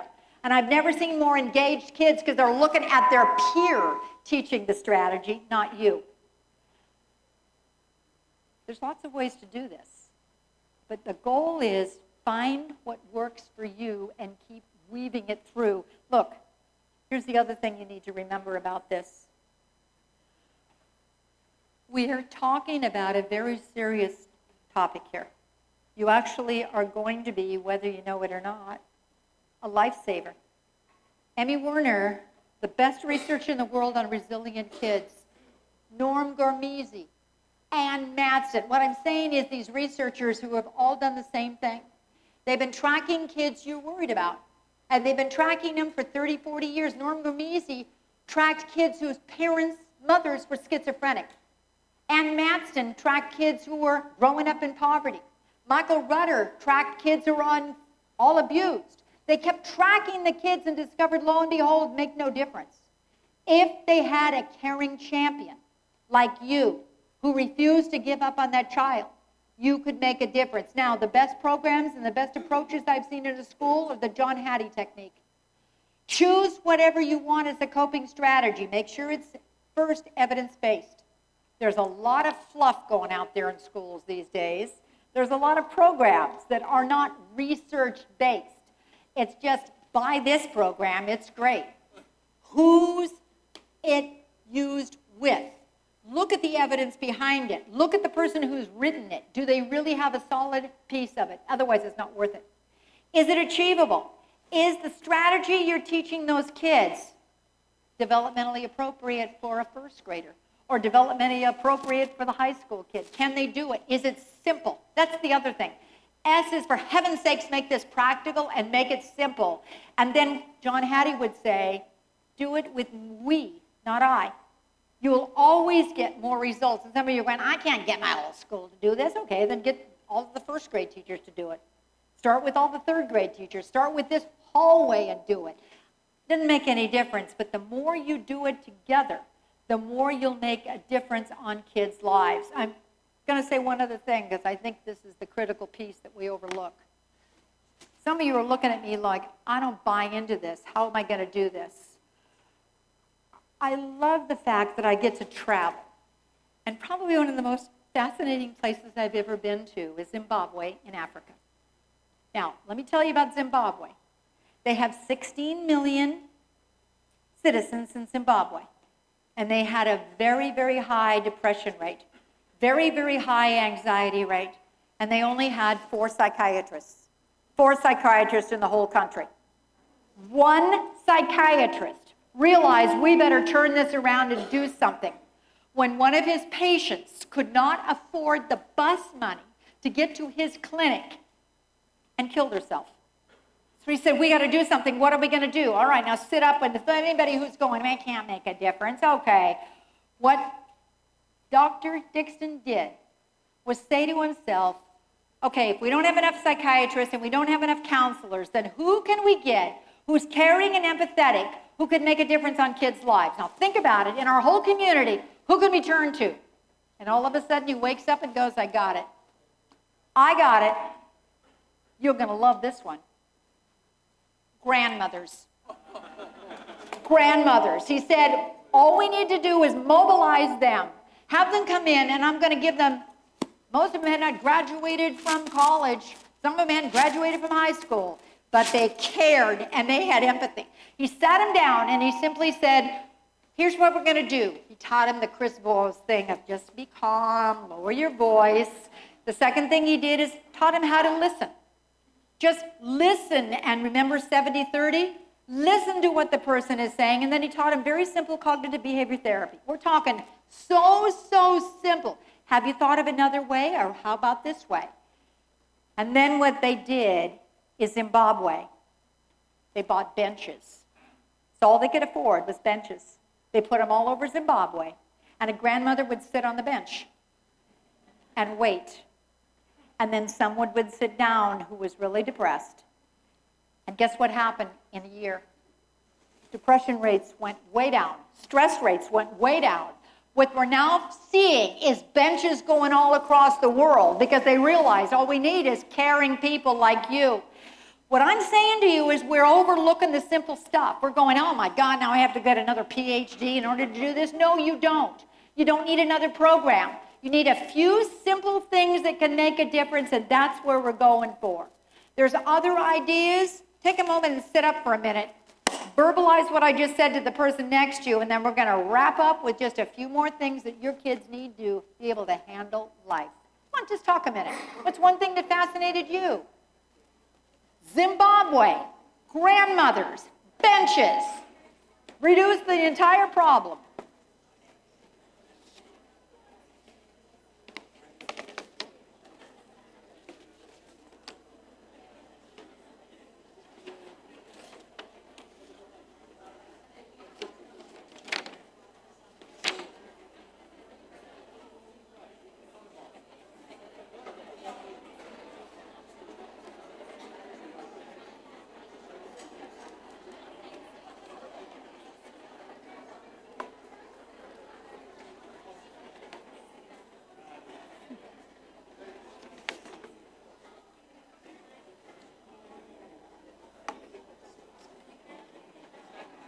Just a couple other points. I'm reading some other dismal stats about the Philippines right now, and I love you. I love you to death, and I love your country, your culture. But I'm concerned about something that research is also saying, is that bullying is starting to go up, way up. And I want to just take a moment to put your eyes up front for just a minute. I started my career in Columbine. Columbine High School was the first point of a major school shooting. I had spoken to the parents and the teachers at Columbine, and then I went home and said, something is really amiss. And I started to research bullying, violence, and school shootings. and I found something that was really interesting, is that cruelty and bullying are learned, but it doesn't happen in every environment. It happens in environments where kids get away with it. I remember going back home and studying 3 years of how you stop a school shooting, and I'll never forget going into the Senate chambers and giving my pitch on how you stop a school shooting based on what the research was. I was an absolute nervous wreck. And I remember leaving that day and I was shaking because bullying is learned and can be unlearned. Violentization, by the way, starts at a very low level of coaching. Kids are coached, they don't know another way. They're usually in pain, they're suffering, and they keep feeling a sense of nobody's going to do anything about it until all of a sudden they decide to take it into their own hands. That's Lonnie Athens, I think the best criminologist we have in the country. So I finished my speech, went out to get a glass of water, and all of a sudden I heard this strange noise, and I turned around and it was a kid. He was about 15 years of age. I do not know what the heck he was doing there, but he had, chains down here on his shoulder. He was walking dirt through. He walks by, and he says, looks me square in the eye and goes, "Great speech, lady." Now, when a 15-year-old says that to you, it's like, wait a minute, come on over here. And I pulled him over and I said, "What are you doing here?" And he said, "Oh, I'm working on some service hours." I go, "Okay. What did you like about the speech?" And he said, "Oh, it was all that stuff you talked about teaching kids how to care. That's what we need, We don't know how to care anymore." So we said, "Just keep giving that speech." And he turned around and he started to walk away, and then he turned back and he turned to me and he said, "Please keep giving that speech, lady. It would have kept my brother out of jail." Now, bullying. Don't allow it to keep on going and flourishing. Instead, what I want you to do is just some simple little things that you can do. That is, John Ove is probably the best psychologist we've had from Norway.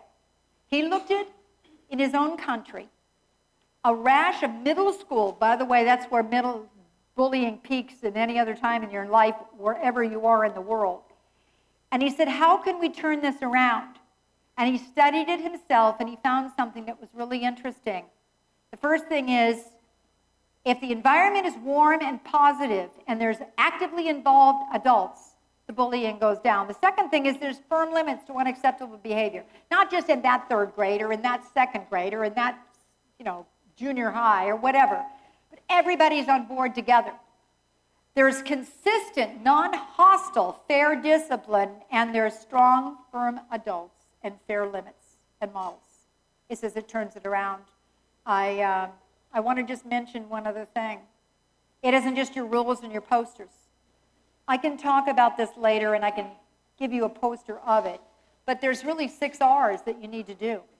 And that is, you need to have firm rules, recognize what the heck bullying is. You need to have places where kids can report it. They're hearing it. Where are they going to report it? You need to know how to respond to it, or another kid knows how to respond to it, and then how do you refuse it, and finally, how do I replace it? I think the most important thing you can do is real simple. Teach your kids, I use the acronym CAP, because it helps kids to remember it. Bullying is, number one, always C, cruel. It's always cruel. Number two, it's not an accident. It's intentional cruelty caused by one kid to another. And P is, there's a power imbalance. It's one-sided. One kid can't hold his own. There's physical bullying, there's verbal bullying, there's relational bullying, there's online bullying. But the other thing I want you to just do is ask yourself, do you have a place in your school where kids can report it? This is New Jersey. And what they did is they put up snap boxes everywhere around the school with a lock and key on the top. Anytime you hear about it, or you've seen it, or you're concerned yourself, you put a slot in there. I am taking this real seriously because when I work across the United States, this is one of the fastest ways to stop bullying and school shooting. Kids who are school shooters almost always tell. They almost always tell. But if you don't have a place to where do I go to tell, it becomes a crisis for a child. We have been talking about well-being, anxiety, suicide, and depression. Now we're at bullying, and I'm telling you folks, it is a very, very serious matter. Please keep teaching. Teach like you've never taught before, because your kids need your teaching and your curriculum. They need your academics. Go for it. But in this day and age, kids also need some reschooling. They need reskilling in ABCs. In order to handle a very uncertain, unpredictable, digitally driven world. Here's the other thing, man, I grew up with that. You didn't see the images like your kids are seeing nonstop. Nonstop visual images create what George Gerber says is the mean world syndrome. And the more you see those images, the more it also impacts your optimism, your belief set. What Southridge is all about is one of your points, positivity. It will create anxiety and stress in you. And when you say to me, I don't think I can make a difference, I'm going to turn to you and say, well, I think Zimbabwe's doing something pretty darn well. The second thing I'm going to say to you is one of the best stories I've ever heard from a psychologist, one of you, an educator. He was from Long Beach, California. I was speaking to the staff, and it was a packed room. I think over 1,000 teachers. And at the end of the speech, kind of like we're talking about today, I vividly remember somebody standing off to the side. And this gentleman was patiently waiting for me to clear my stuff up and walk on over to him. And I finally walked on over, and he introduced himself. He said, my name is Bob Johnson, and I wanted to thank you for talking about what you're talking about today, but I want to tell you something that happened to me. I want you to first, please, convince teachers to not stop doing what they're doing, and please, to keep in mind that they can make a difference on some of the kids that they think are insurmountable. I'm looking at him like, why? He said, well, because I had a kid. His name was, let's call him Hunter. And Hunter was a child, when I was doing my residency, he was in a mental institution. He was there because he had scarring that was unbelievable. I'm talking about emotional scars. He was locked in closets. He was sexually abused by his dad. He had cigarette burns all over him from his grandma. He was locked in until finally somebody really believed that he was being abused. When I finally encountered him, and I don't know if you've ever seen this, but let me just share this with you. This child had suffered so much despair and so much pain that depression just overwhelmed him, that he became catatonic. Catatonic, you can talk to a child who's abused. They don't blink. They don't look like they hear. They don't connect. They don't speak until finally, all of a sudden, he said, every day I talked to him and I realized I've got to keep going up and saying, Hunter, how are you? I'm here for you. He never, in all the weeks that I was there, ever responded to me. Until one day I remember he was sitting there rolling back and forth, and it was my last day. He was rolling back and forth by a Coke machine, and I was getting my Coke for myself, and I realized after I put the Coke out how rude it was that I wasn't offering him one. So I said, Hunter, would you like a Coke? And I gave him the Coke. I said, I'm here for you, Hunter. And he never responded, but he said, if you ever need something, you can contact me. So I gave him my phone number, I gave him my card, and then I left him, and he never moved. And I always would lose sleep over this child until one day, I'm now working with other kids in special ed, and I'm standing at the bus counter, just right there, when the school bus just drives by. And the bus driver said, are you Dr. Johnson? And I said, yeah. He said, well, there's somebody who wants to say something to you. All of a sudden, the windows go down. This kid sticks his head out and says, hey, Dr. Johnson, it's me, Hunter. I've been meaning to thank you for that Coke. The bus went on. I almost passed out. I had to have 3 teachers walk me in. I said, oh, my God. He was tuning in and listening to everything I was saying the whole time. He said, that's what you got to tell teachers. Don't you ever give up on a child, ever. Find what works for them, because every kid needs to feel seen, heard, and valued. And for many children, sit up, folks, that could be you. It's an honor. Thank you. Have a glorious, safe year, folks. Thank you. Thank you.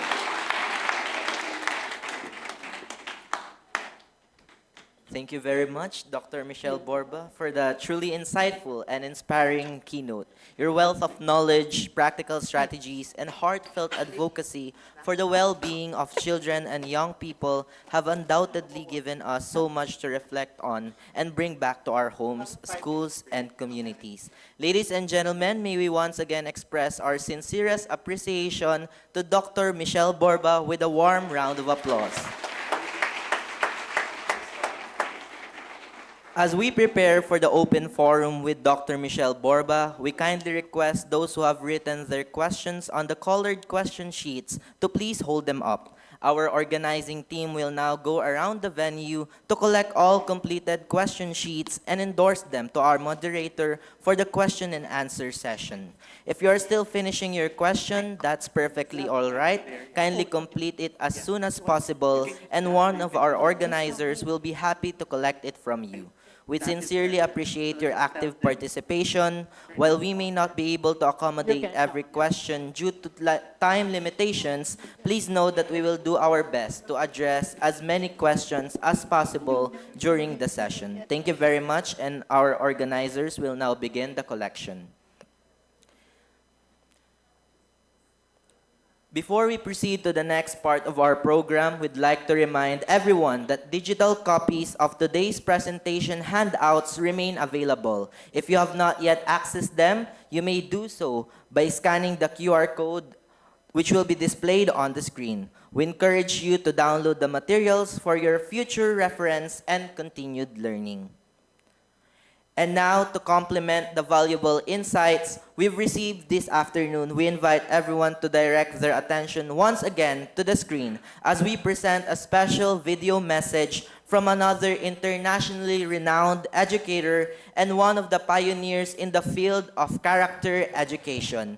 He is also the president of the Center for the Fourth and Fifth Arts of the State University of New York in Cortland, USA. He is also the signatory of the Certificate of Participation to an international seminar, which you will receive later electronically. Ladies and gentlemen, please join us in welcoming through this recorded message, Dr. Thomas Licona.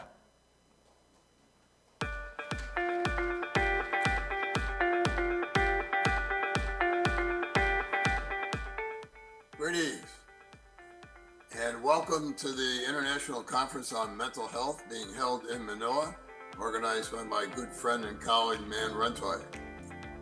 I would like to particularly congratulate the Ridley International School, on the second time it has received recognition for being a school of character.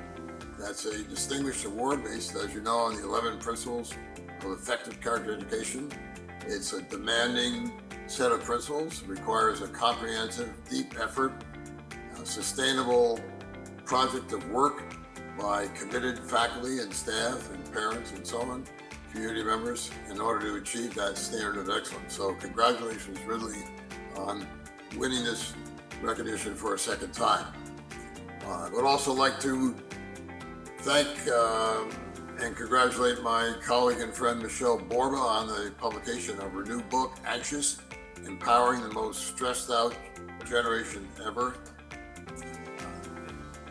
addressing what has become a global problem, the rising levels of anxiety, depression, loneliness, and so on, caused by too much immersion in social media, not enough participation in real life and the like. And so welcome to perhaps an unsurpassed keynoter in the entire community of character educators worldwide, Dr. Michelle Borba. So I wish you all a wonderful conference, great success in your own work. Character education continues to be hope on the horizon. And we have all kinds of problems, war, violence, suffering of all sorts, social injustice, poverty, and social media, and all sorts of things, breakdown of the family. And yet, the commitment to develop good character, families of character, schools of character, communities of character, is a source of real hope. And people like yourselves are leaders in that effort. So God bless you.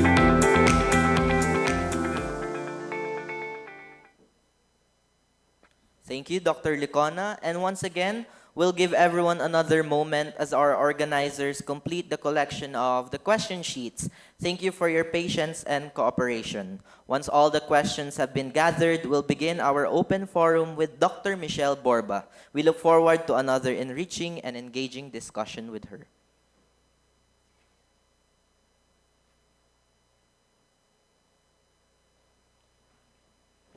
At this juncture, we now come to the one of the most engaging portions of today's conference, the open forum. This is an opportunity for our participants to ask questions and further enrich today's discussion through meaningful dialogue with Dr. Borba. To facilitate our question and answer session, may I now invite an educator of 19 years and a former teacher from Paref Southridge School himself, Mr. Joel de la Cruz, to serve as our moderator. Sir Joel?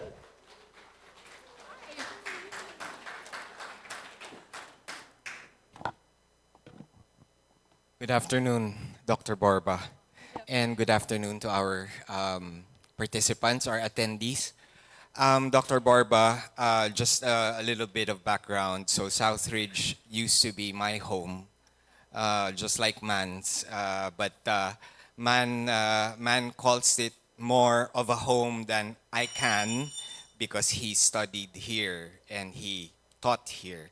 I taught here in 1991 all the way up to 2010. So this is like a homecoming of sorts. Now, Dr. Borba, I'd like to start with a question that I myself was thinking about, no, all throughout the time that I was listening to your presentation. First of all, you know, here in Philippine society, overthinking, the word overthinking, is a byword. And it is a word that teachers are very familiar with. They probably use it to refer to certain instances with students or maybe even to their colleagues, no? And the students themselves, it's a word that's so common, and they use it a lot and use it to label behaviors and people, no? Now, what is the connection of overthinking? I was wondering, with the signs that you explained to us on how the things that you may detect in the behavior of our students, how does one know that you are not over-interpreting the signs and that there is really nothing to worry about? Or should we all just have the disposition of, you know, it's better to err on the side of caution and say that perhaps there is something that I should look into here because I'm seeing some signs? In yourself or in a student? In the student. Okay, I love your question because I think it's not just a Philippine problem. It is a universal problem. All right. And probably the best researcher ever in this is Dr. Martin Seligman from University of Pennsylvania. What he's been trying to figure out is why anxiety is building so much. And what he's discovering is that unfortunately it's starting at very young ages. We overlooked the fact. So what he did is start looking at kids who were around 6 or 7 who were overthinkers. And what they were doing is overthinking of just the negative. Negativity was just pervading their thought process. If it continues to evade your thought process, after a while, positivity goes, which is highly correlated to well-being, and the child just becomes more and more anxious. What he then does is, the big simple in life is there's a new process that's called, when a child overthinks it, or is always negative, your first question to quietly ask a child, is that true? Is that 100% every time true? Tell me a time that that's not true. What they actually were finding is a ways to refute it. So the child instead would put something else in its place that was more positive. That sounds really difficult, but it's kind of like what they taught the grandmas in Zimbabwe, how to help those moms who were so depressed coming to them, stop being so pervasively thinking in the process. And one of the other ways they were doing for the older kids, for the teens, is it's called if-then. It's a fascinating concept, and it's New York University is doing it. And it's, okay, if you think that you're going to fail, okay, or if you think you're going to then what can you do instead? What they kept doing is kept teaching the kid if, then. And when the child had a plan, it became far more likely that the child's anxiety would go down. Here's the thing. Anxious kids, one of the things that boosts your anxiety is uncertainty. This is going to happen, this is going to happen, this is going to happen. And so it keeps spiraling until you can't spiral it down. So what they're doing is finding Martin Seligman at University of Pennsylvania, ways to counter it, or high school kids teach them if, then.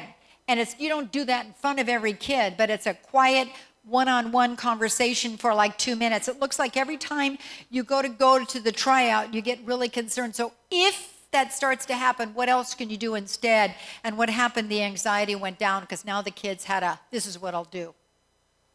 It was really an interesting concept.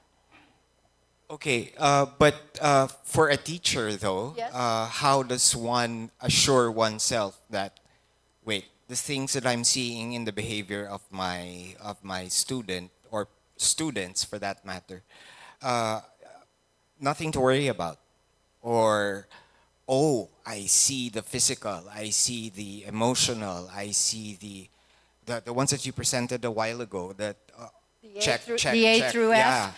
Yeah, 3, 4, 5 of them. This student is manifesting. Okay, here's my first thing to you. When in doubt, go get help. Do not sit there and think, gee, I don't know if I should worry or not. Report it.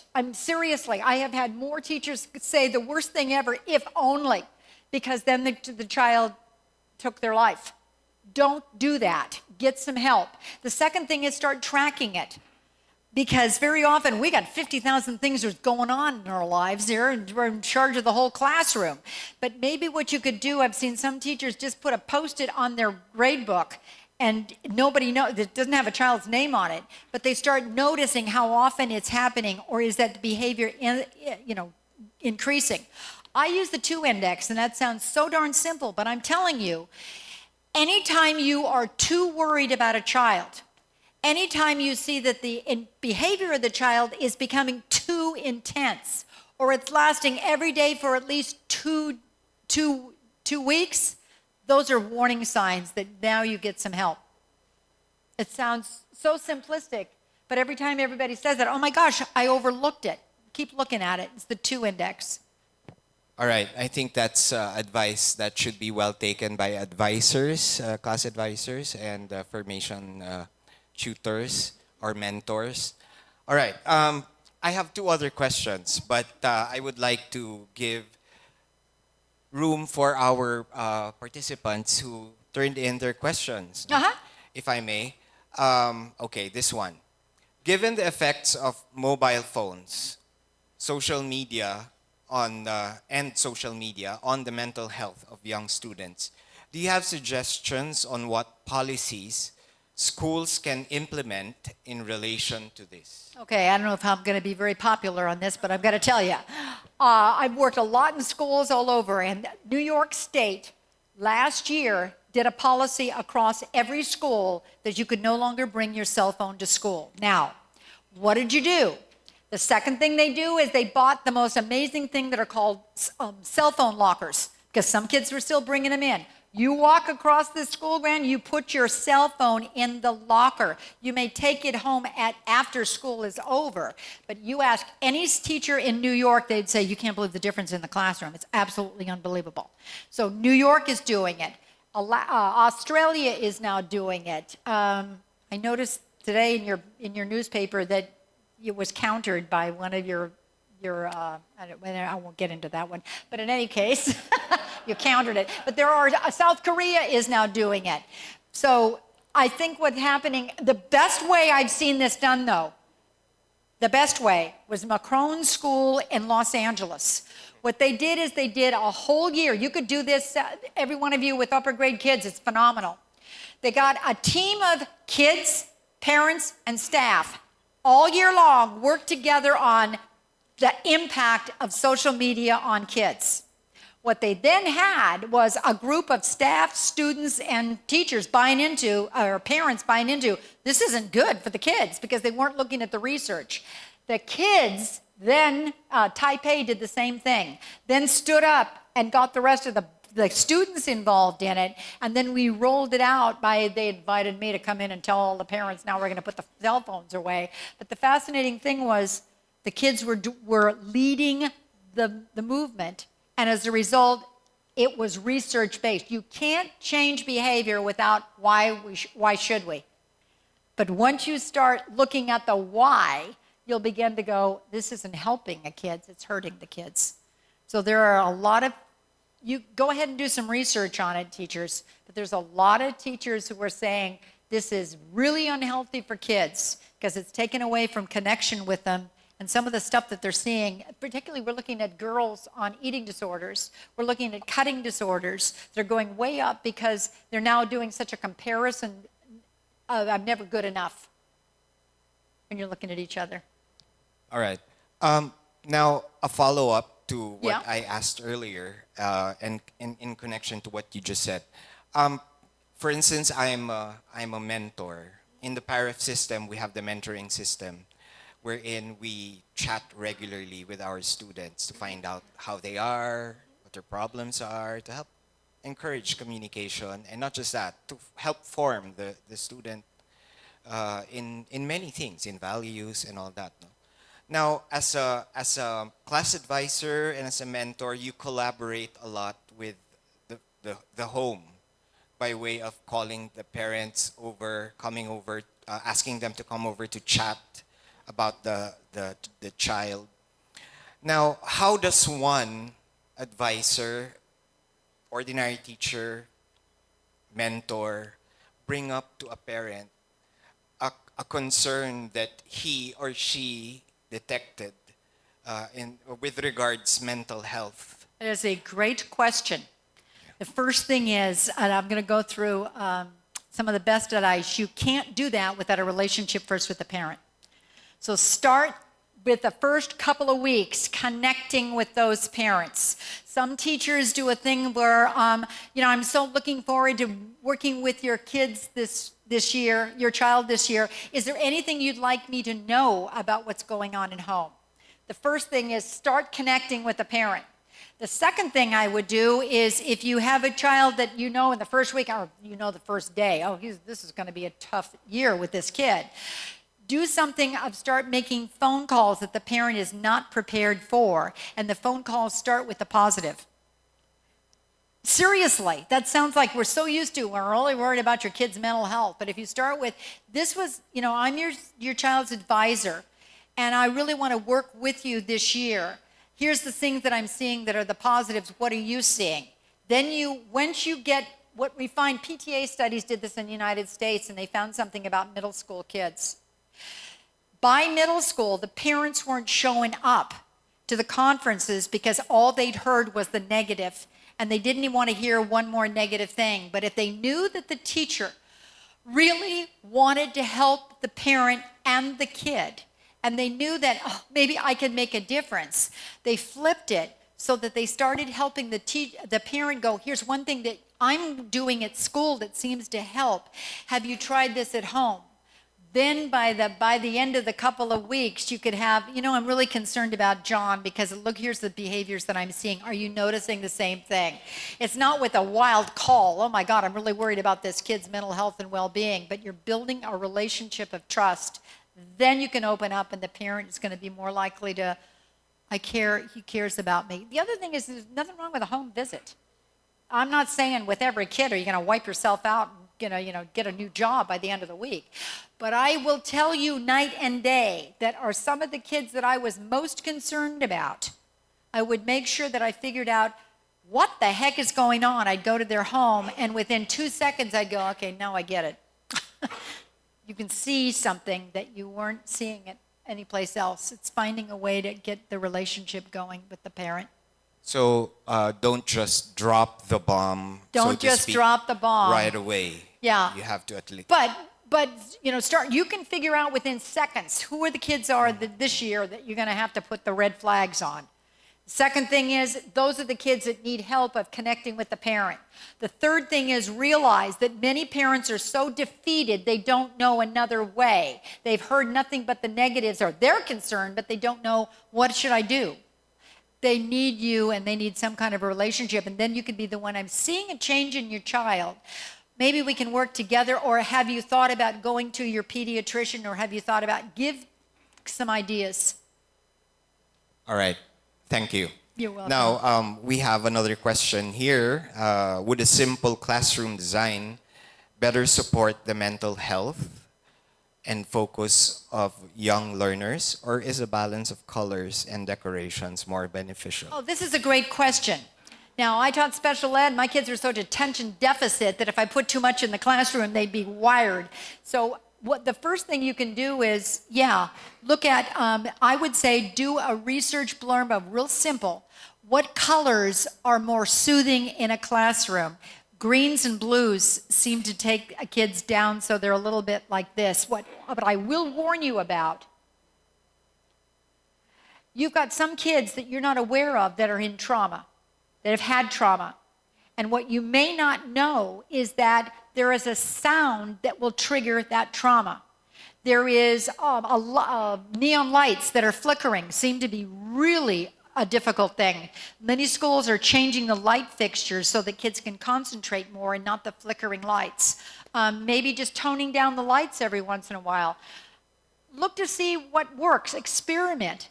And it will make a difference. The fun thing is, with some classes, is have the kids decorate the room. Also seems to make a difference. But watch out. Find out as much as you can about the kids coming in. If you can,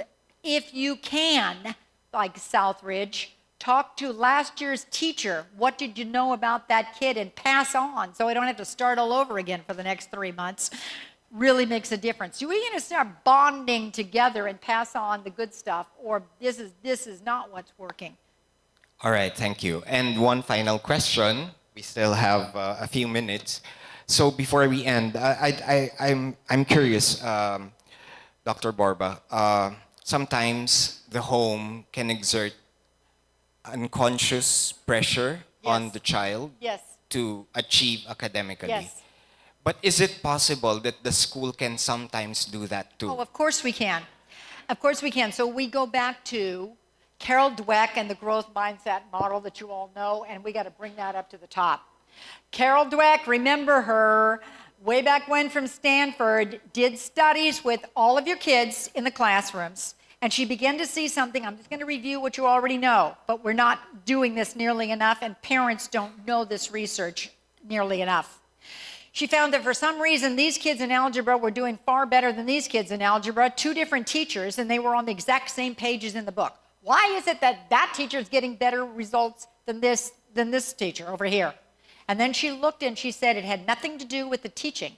It had to do with how the teacher was praising. This teacher was praising the effort. I know you were here, but here's what you can do to go one step more. She didn't praise what you get that this teacher was doing. After a while, because this teacher kept praising the effort and didn't focus on the grade or the end product, it was the coaching model. Good coaches never say, go in there and get that goal. No, they say, yesterday you were here, so today you're here, so here's how you can get a little bit better. What too many parents are doing right now is just focusing on the grade and the score and the rank, and it's creating a comparison culture that is dismal to kids' anxiety. So I would say the more you can get parent sessions going at the beginning, and start with, the first couple of weeks of school of here's what the growth mindset model looks like. They've used this with thousands of kids, and what they've discovered, not only does it improve performance, but it also improves confidence, and your kid is more likely to excel just from the way you're praising your child. Thank you, Dr. Borba. And on behalf of our colleagues, our educators in the auditorium here, I would like to thank you for all of the learnings that we will take away from this conference. Thank you so much. Thank you. Thank you. It's been an honor. Thank you very much, Mr. De La Cruz. And once again, our heartfelt gratitude to Dr. Michelle Borba for generously sharing her wisdom and thoughtfully responding to the questions raised by our participants. We hope today's session equips each of us with renewed confidence and practical strategies that we can immediately apply within our own schools and communities. Ladies and gentlemen, we'd also like to share that those who wish to join our second session this afternoon but have not yet registered are warmly welcome to do so. Kindly proceed to our registration desk immediately after this session, where our team will be happy to assist you with the registration process. We would be delighted to have you join us once again for another insightful discussion.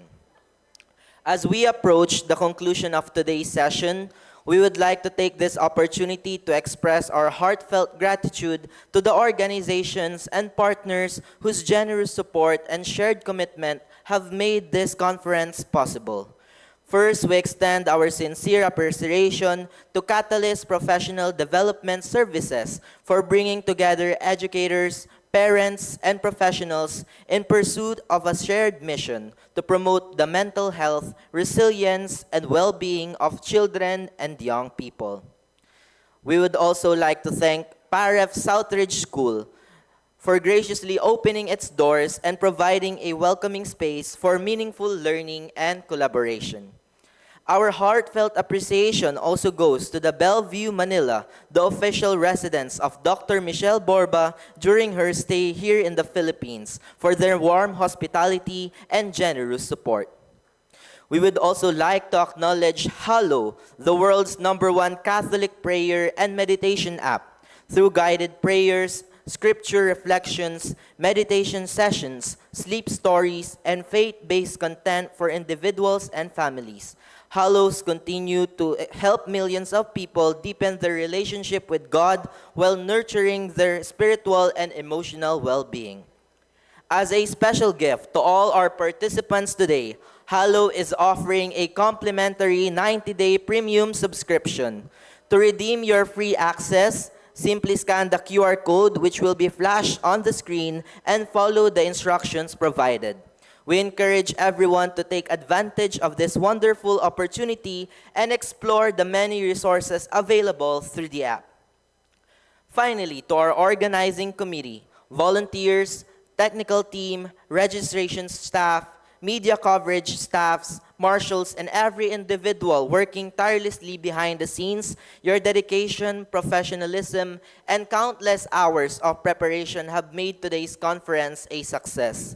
Ladies and gentlemen, may we once again express our deepest appreciation to all our sponsors, partners, and organizers with a warm round of applause.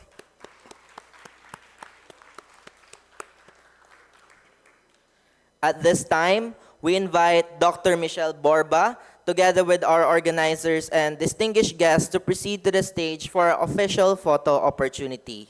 May we request everyone to remain seated while our organizers arrange the participants. So the route of the photo opportunity will be, the entry to the stage will be from the right-hand side of the stage and going down to the left-hand side of the stage.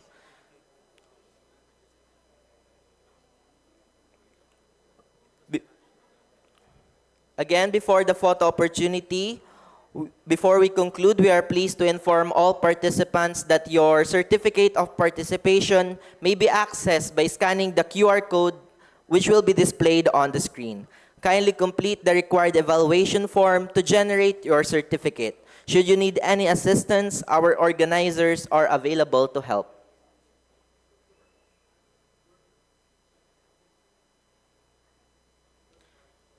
And now we shall now conduct the photo opportunity. For the photo sequence, I will call the school or affiliation you have provided in the registration form. And please proceed to the stage once your school or affiliation is called. Then we shall take the picture by group. So for the first, I would like to invite Rosemont to please come up on stage for a photo opportunity with Dr. Michelle Borba.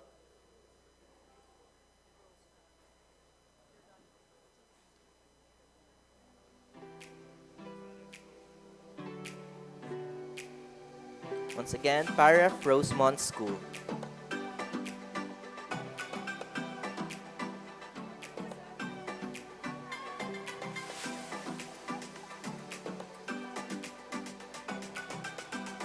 Also, please get ready, Paraf Richfield School.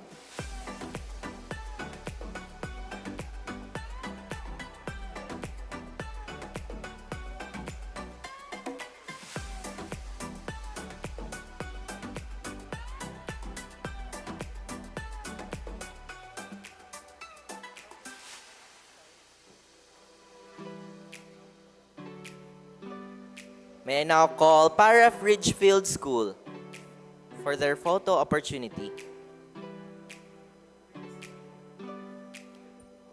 I would also like to invite to please get ready Paraf Woodrow School.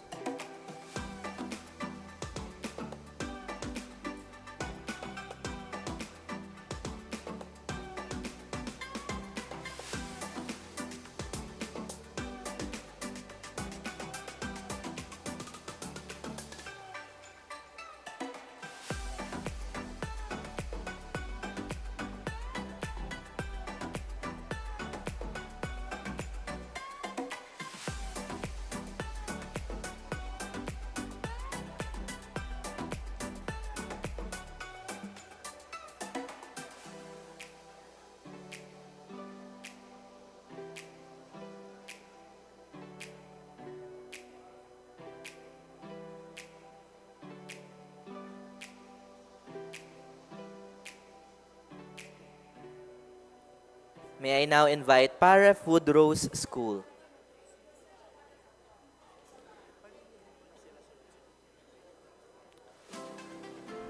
Please also get ready Assumption Antipolo.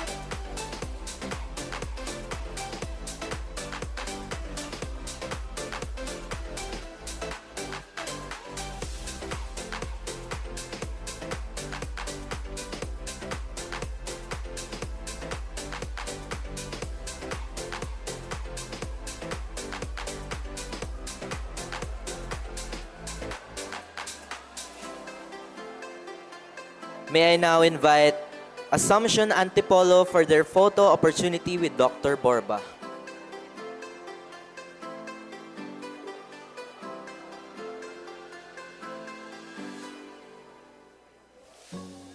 Please get ready, Paref Southridge School.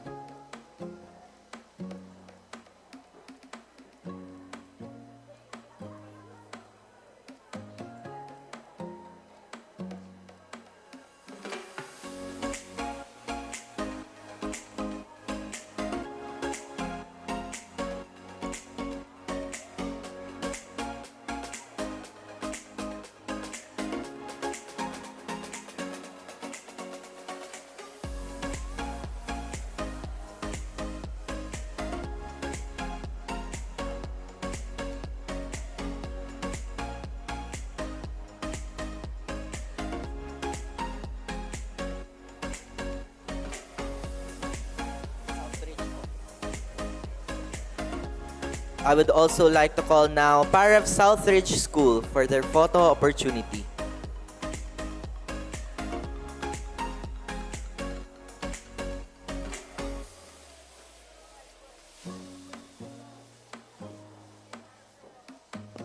Please get ready for the next photo opportunity, CFA Home School.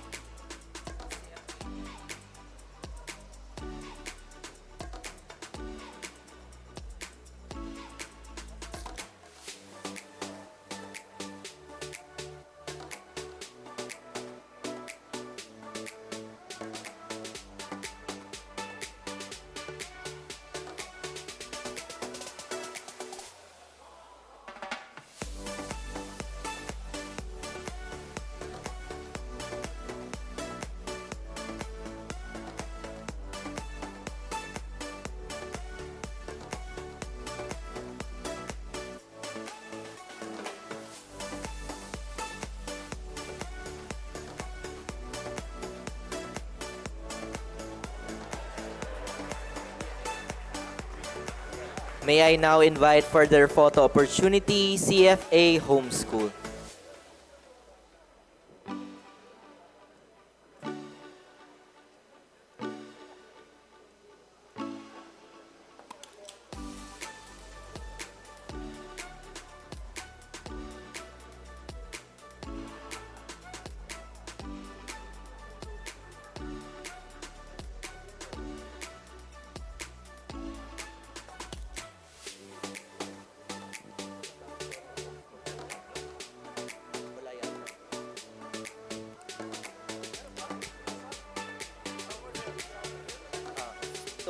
Stonyhurst po. Please proceed to the stage, Stonyhurst School.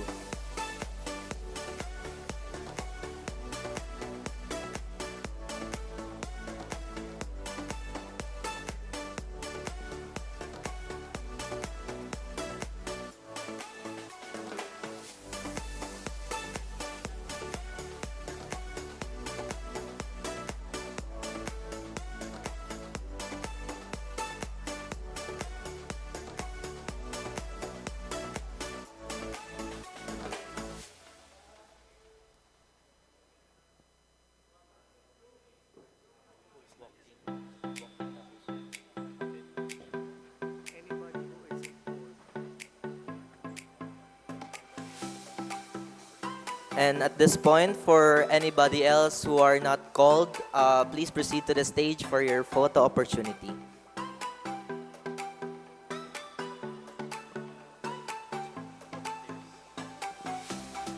Please get ready for all volunteers for the photo opportunity with Dr. Borba.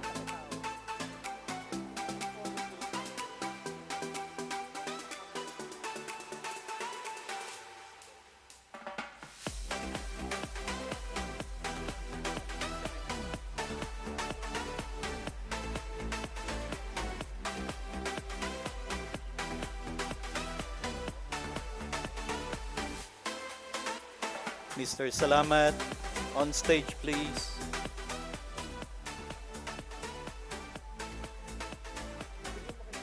All volunteers po, please proceed on stage for the photo opportunity.